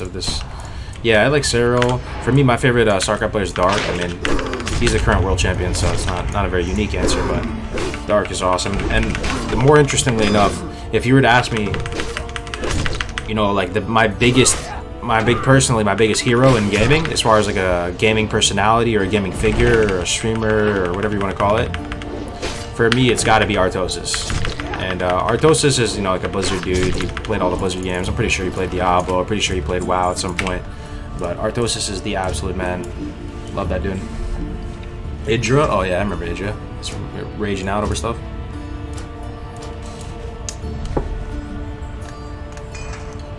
StarCraft talk? Yeah. Can you go over your graphics settings? Your game looks so much nicer than mine. Yeah, sure, I'll pull it up. Settings, system, graphics. No, this isn't it. It's advanced, right? Yeah, here's the contrast, brightness, and gamma. I'm passionate about Texas Hold'em. I might be passionate about it if I was good at it. I think I'm just dog shit at those type of things. I only tried a couple times, but I don't know if it's in the cards for me to be a good Hold'em player. My dad loves Hold'em. He plays Hold'em all the time.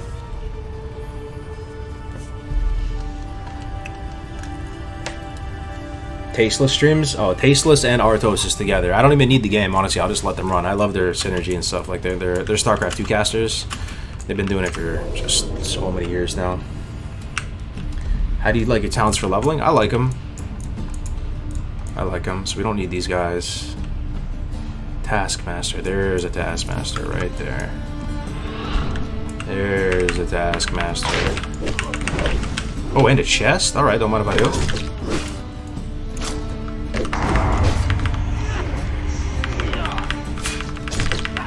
What resolution are you playing on? I'm playing on 1920 by 1080. If I can play it 4K by myself, right? If you're talking about this, I don't even know what render scale does, by the way, guys. What does this even mean? Because I can play it without streaming it, no problem on 4K. Like, it runs 100% fine. But I think it's the type of thing that you don't have the bit rate to display it. Like, you would need 25,000 upload in order to actually display it properly. You know, I already stream at a high bit rate, 9,000. But is this truly 4K, or is rendering something different? Changes the resolution for rendering the 3D world. So if you move this slider up to the top, the world looks better or no? You can't change render scale because OBS has limits. Oh. You watch In Control? Oh yeah, of course, man. Didn't we? In Control.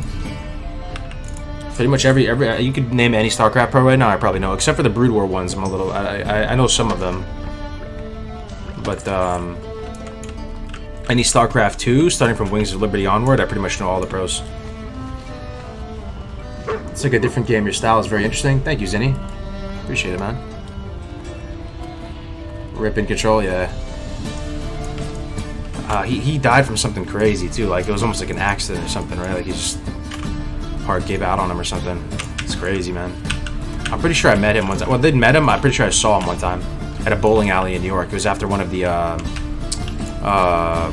because he was Liquid, right? Liquid In Control. There was some bowling event that they had in the city after this Dota tournament. He was there. Blood Clot, yeah. Bummer, man. I mean, that's, that could happen to any one of us, man. That's just so sad. Render scale equals render as if you had higher resolution screen and then downsample to fit your monitor. It gives you sharper graphics at higher performance cost. Okay, because I can put it up to 4K no problem, but then if I try to stream with it on 4K, it's gonna lag like crazy. And I think it's because you need some obscene amount of bitrate in order to stream 4K, like 20K bitrate or something. Colors look very natural just by turning the contrast up. Absolutely. And the other thing is to turn the image sharpening on. If you have an NVIDIA card, that'll be my 2-second, public notice. Please. if you use NVIDIA, try turning on your image sharpening. Makes a big difference. And the next thing I want to try, guys, that somebody mentioned in the call it Home Story Cup. Oh yeah. The next thing I want to try is there's this program called Reshade. Has anybody heard of it? Somebody in the Discord, shout out to Iron Chump. I saw him mention it. It's a program called Reshade.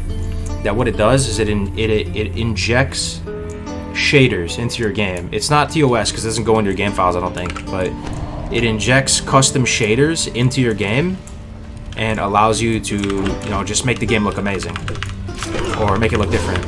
And I never tried it, but that's the type of thing that has me so hyped. I do want to try it.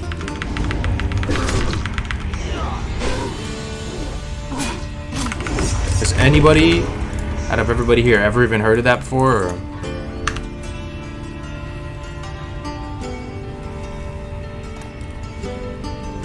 Do you like Zerg much? I mean, I appreciate them, right? Like, you know, I've thought to myself that if I could, my style in StarCraft is I would probably be a Protoss player. But I just don't have the skills to be a Protoss player. I was never bred to be, like, you know, raised into the StarCraft. You know, those formative days weren't spent building out the understanding of Protoss. So it's over for me. It's kind of over. Like, you have one race, that's it. But Protoss, I love the idea of being able to outvalue with units as opposed to outvalue with resources. And generally, you know, defense is the best offense for me. Like, that's my own personal playstyle. I know that's oftentimes not the case, but I love being able to just hold off, like to kind of shelter in place, survive against the onslaught, and then be able to outvalue with units. So Protoss kind of does just that. They wall off. Each one of their units is very powerful individually comparatively to both Terran and Zerg, right? And then they amass a death ball. They push out with the death ball, and there's barely anything in the game that can stop it. Like a Protoss death ball that has, you know, everything from mothership to you know, all the high tech on Protoss. So Zerg is not that, right? But I still enjoy Zerg as well, you know. It bothers me though, having to do injections in all my hatcheries, that sometimes I just think to myself, man, I'm having to use so many more APMs in these other races, man. Having to do creep spread and then just like having to do injections on your hatcheries is just brutal, dude. You freaking carpal tunnel syndrome, man.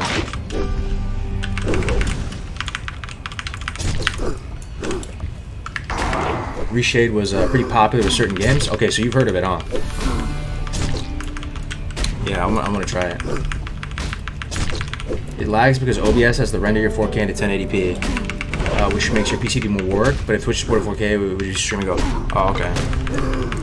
So I can get away with like if I moved this up a touch, it probably wouldn't break the stream. I can move it up halfway to 4K, and I think it's relation to your bit rate. You know, it can support something, but I just don't have it on right now. It doesn't make that much of a difference. Even when I bring it up to 4K, it doesn't make as much of a difference as I hoped it would make.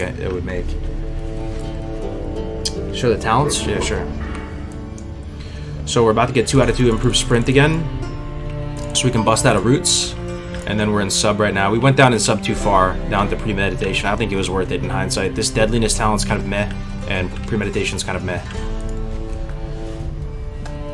Did you like the StarCraft 2 campaigns? Oh yeah, for sure, man.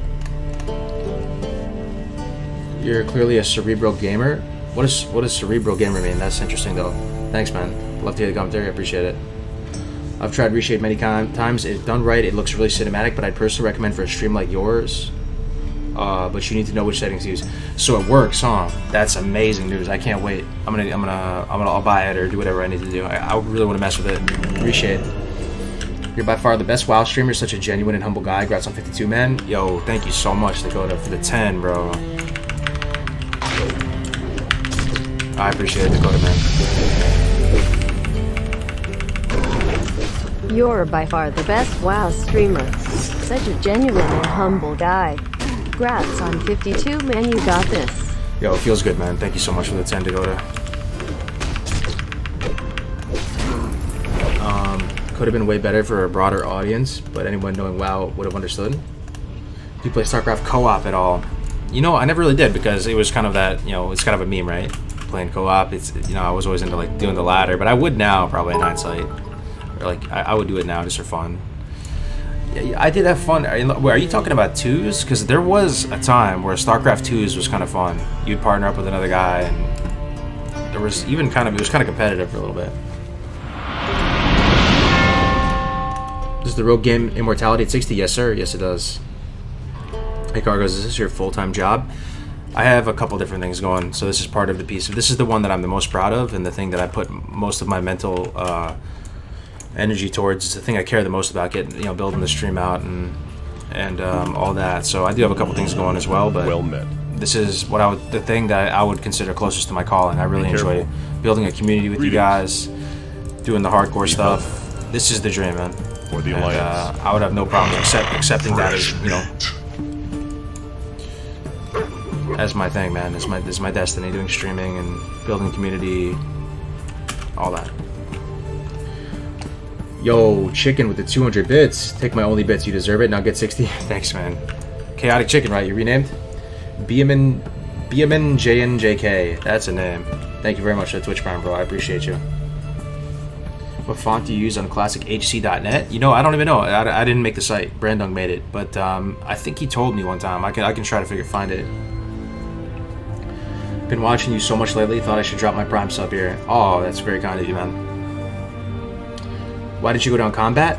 We were combat initially, but the reason why we're a sub right now, like the number one reason, is that you have double the cooldowns when you're sub, because you have preparation, which will reset all your cooldowns. So that means not only double vanish, that means double sprint vanish. That means double evasion if you want. That means double blind if you want. That means double kidney shot if you want. Double gouge if you want. Anything. It's just better survivability.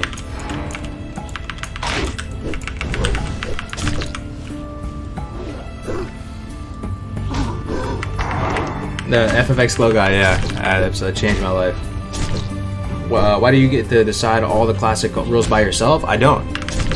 This has been far from a process about solo, man. I don't know where you're getting that from, man. I really hope I don't come off that way. That's from the very start of this. It has been a community initiative. The very first day I made an Iron Man character was just with you guys, like the very inception of it. And from then, we've just been talking about it. Going back and forth on stuff, and it's gone through a lot of changes, man. It's been a very iterative process as we've gone through stuff. At first we were using the auction house, then we realized, basically you guys realized, the auction house is not, it really is holding back the format, right? Then we make one change, and now it is much bigger. I mean, already you can see it. I don't even have to say this, but it's much bigger than just me. Like, if I got hit by a bus tomorrow, people would be playing hardcore, and hardcore would hopefully continue to be a thing, man. So. On hardcore, you're allowed to respec talents. Yeah, you're allowed to respec talents. Yep. You have money for it too, which is nice. Like, what else am I gonna use that money for? I could just respec like 4 times if I want.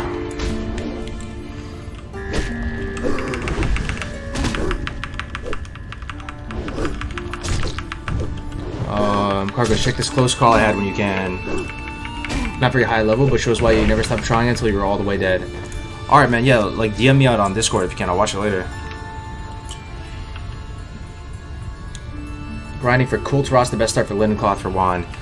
You don't have to do anything weird to get enough linen cloth for wand by the first time you get into Orgrimmar. I would just say, do all your quests like normal, don't deviate from the path, and you will get enough cloth. And if you'll be able to feel it out, right? If you need a few more, then you can kill a few more while you're around humanoids, but you don't have to do some massive course of correction to get all the wand you need for your lesser. Yo, SLFZ Kais with the Twitch Prime. Thank you so much, man. Welcome. This community has been influencing what the hardcore rules are. Yep, pretty much. Do you play normal classic anymore? Yo, honestly, no. Nom Nom said it best as I was watching the other day. He was just saying, man, I stopped playing my main characters, and this is, in his mind, like the definitive way to play, like the classic WoW. At least for now. Maybe it's just the Kool-Aid, maybe it's the hype, but I couldn't agree more. I'm having such a good time, The whole world got buffed, and we got nerfed, and it's immersive. There's the community aspect, there's the competitive aspect to it with the cups we have going on. There's the finesse aspect to it. There's the solo. The idea that it's solo is also very meaningful to me as well, because I don't think I'm a very good team player, man. I just, being 100% honest, I'm just not. I can do it for a while, but I am like an independent person. I like doing stuff solo and stuff like that. So even that aspect of it checks a box for me, So Were you really close to dying on the rogue? Yeah, we definitely had some really close times for sure. Do you have Thistle Tea stock? Yeah, I'm running low though, man. I gotta get some more. You guys have any strats that had the best place to farm get Swift Thistle? I have 3 on me right now, and I have I think 1 or 2 Swift Thistle in the bank, so that's 2 more. So I have like 5 total right now.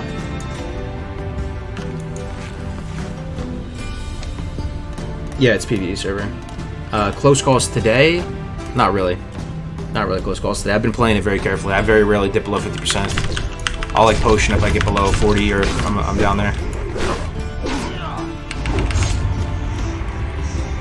Best place is Silver Pine, Wetlands, Barrens, Silver Pine. I did notice a lot in Silver Pine. Remember that when I was leveling the Undead Warrior? I was feeling like they were everywhere. I've always been big on playing single player D2 hardcore and with / players 8 on for max difficulty. Oh, nice. Yeah, I mean, yeah, the way hardcore is laid out right now, too, though, guys, it really doesn't lead for a lot of drama. You know, you're all united in your guild together with the common enemy of just the world and trying to survive till 60, right? So there's not like loot distribution you have to worry about or anything like that. And you know, the incentives are there to be attentive during dungeons, because that can trigger people if people are bad players or whatever it might be. You join the dungeon, everybody's putting their best foot forward because they don't want to die and waste all their time, right? And then the social aspect is there because we have the Discord, everybody's putting their clips in, and there's really just nothing to get triggered about, right? And that's hard to say in 2020. It just makes sense. Hardcore is honestly just fun to watch, fun to play, and like if you look at all the streamers that have been, you know, giving it a shot, their streams are actually going up in view count. Mine got like super helped by doing hardcore and stuff. You know, if I'm just leveling this guy normally, nobody would be here. And the drama that you do have is kind of good drama in the sense, you know, like Tiki Tank goes down, Iron Byron goes down. Like, these are people that you've been watching for like weeks and weeks, so it's kind of sad when they die, you know? It just makes sense. Everything about it.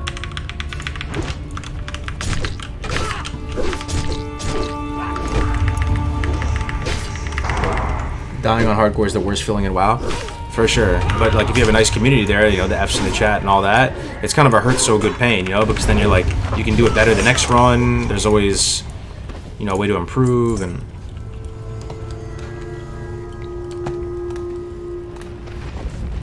oh shit, that guy's about to come out of okay, still got 15 seconds.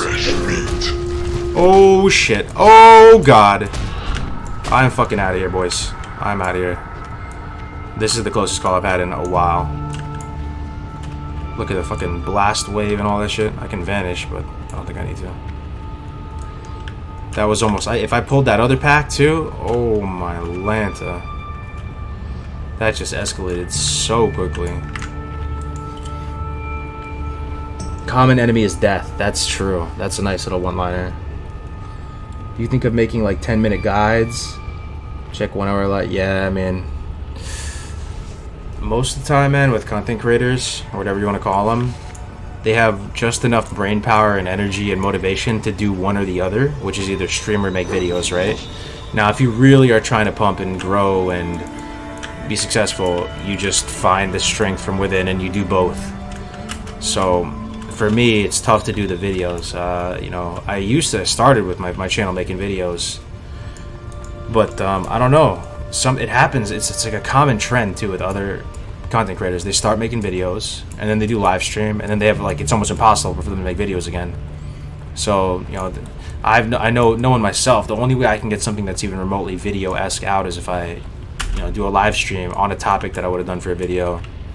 But no, I hear you. Like the 10-minute guides would be better. Just gotta find the time to do it. What's your plate on this character? I'm gonna check when we get 60. Not right now. Have you ever played Heroes of Might and Magic? I heard of it. I never played it. Rogue seems like the most advantageous for hardcore class for hardcore. Why do you say that?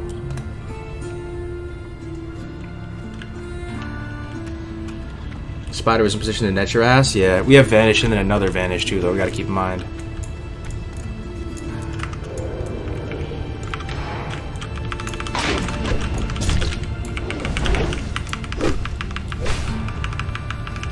Make a warrior and solo Cyclonian. That's the plan. I really want to do that. It just sounds like it'd be the best stream content too.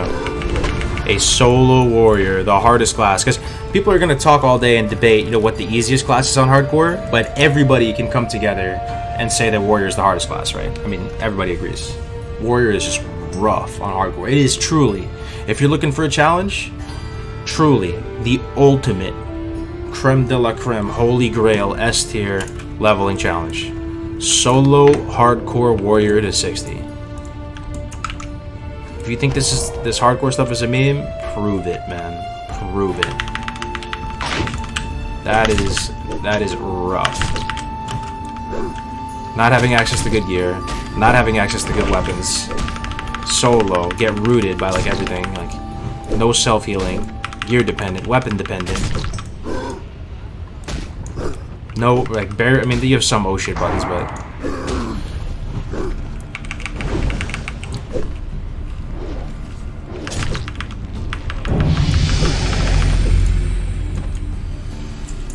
what would make Cheese the and rice.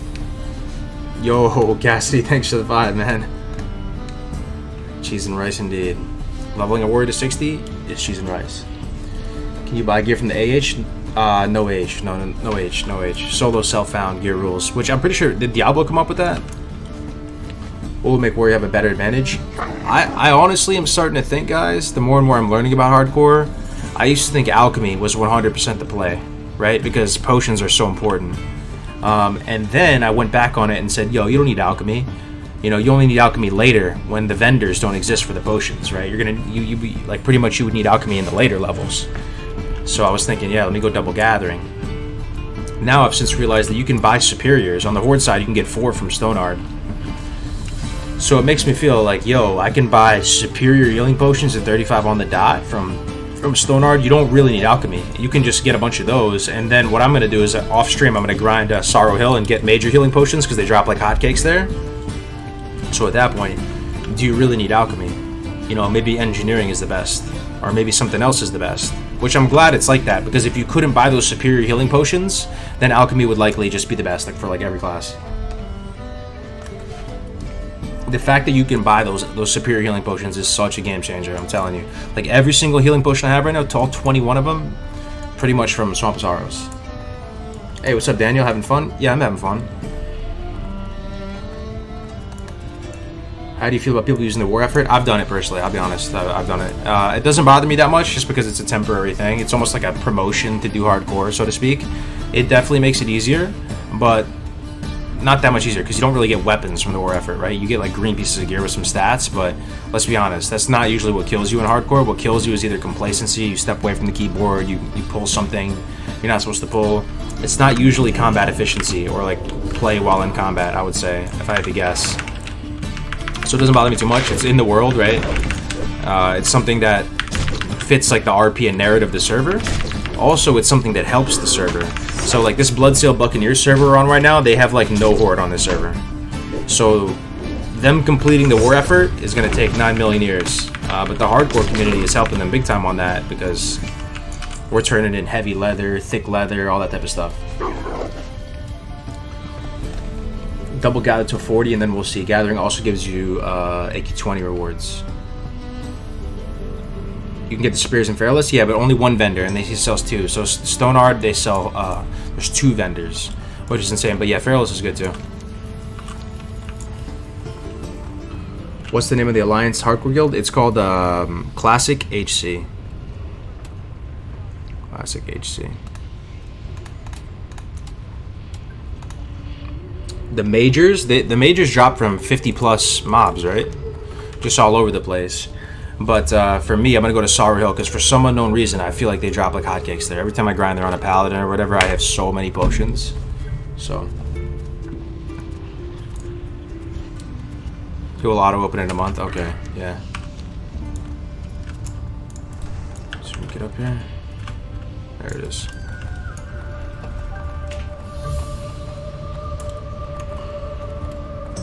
Leatherworking or BS? For which class? How is everyone unwinding after doing hardcore? The hardcore nightmares are getting real? Yeah, they're starting to creep in your dreams, right?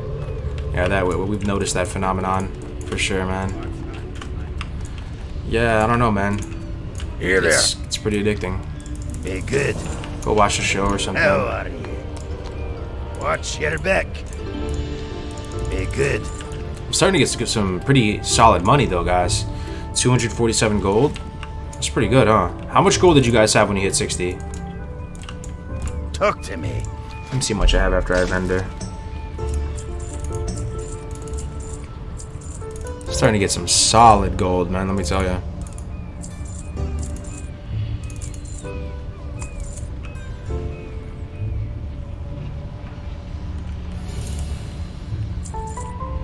Gorilla Fang, don't need that. So we have 252 Watch gold. your back. It's pretty damn good, right? You had 95 when you dinged? Yeah. I mean, we might have, you know, 400 or 500 gold by the time we get up there. Yeah.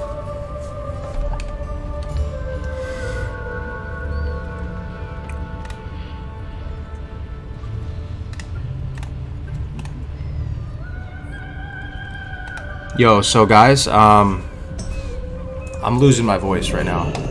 I can tell my voice is a little bit ate up right now, and I'm just feeling kind of weird right now. I think I want to eat some dinner or just take a break for a little bit. I've been talking a mile a minute. But thank you very much for hanging out for a few hours. I wish I could stream longer. I just not in the right headspace, I guess. So I'll be back ASAP, and thank you very much for your time. So before you guys leave, though, I just want to, you know, I like dropping the host on people that are like new streamers. So like one buddy of mine who was in the guild, we went to BlizzCon last year together, and I like dropping hosts on like people with face cams too, so you can see them and get to know them. His name is Keith, aka Chicken Basket. He was a guildie of mine. We were in the same guild. Raiding together, big Diablo fan. I mean, he's kind of like me in a lot of ways, so I think you might enjoy him. And this, I don't think he's ever gotten a host before. He has one viewer right now. He has one viewer. I repeat, one viewer at the moment. So it's gonna be kind of hype to see the host, right? So like, give it a shot, and just those are always kind of funny when you go into a stream and there's one viewer. I'll put the stream link in YouTube chat as well. Stand by. The one viewer hosts are the best. I'll put the oh, I can hear myself, sorry. Okay, so it's twitch.tv/chicken like this basket. Alright, here it is, his Twitch. Like, this is my ghetto host on YouTube. Like, even if 10 people from YouTube come over, it's worth it. But can you guys make some noise and go crazy, like where like an Asmongold like just starts going crazy, like let your inner demons out on the chat, so it looks kind of funny. Anyway, yeah, please do. I'll see you guys in the next stream. Okay, thank you very much for your time. Let me queue up the raid first. Sorry.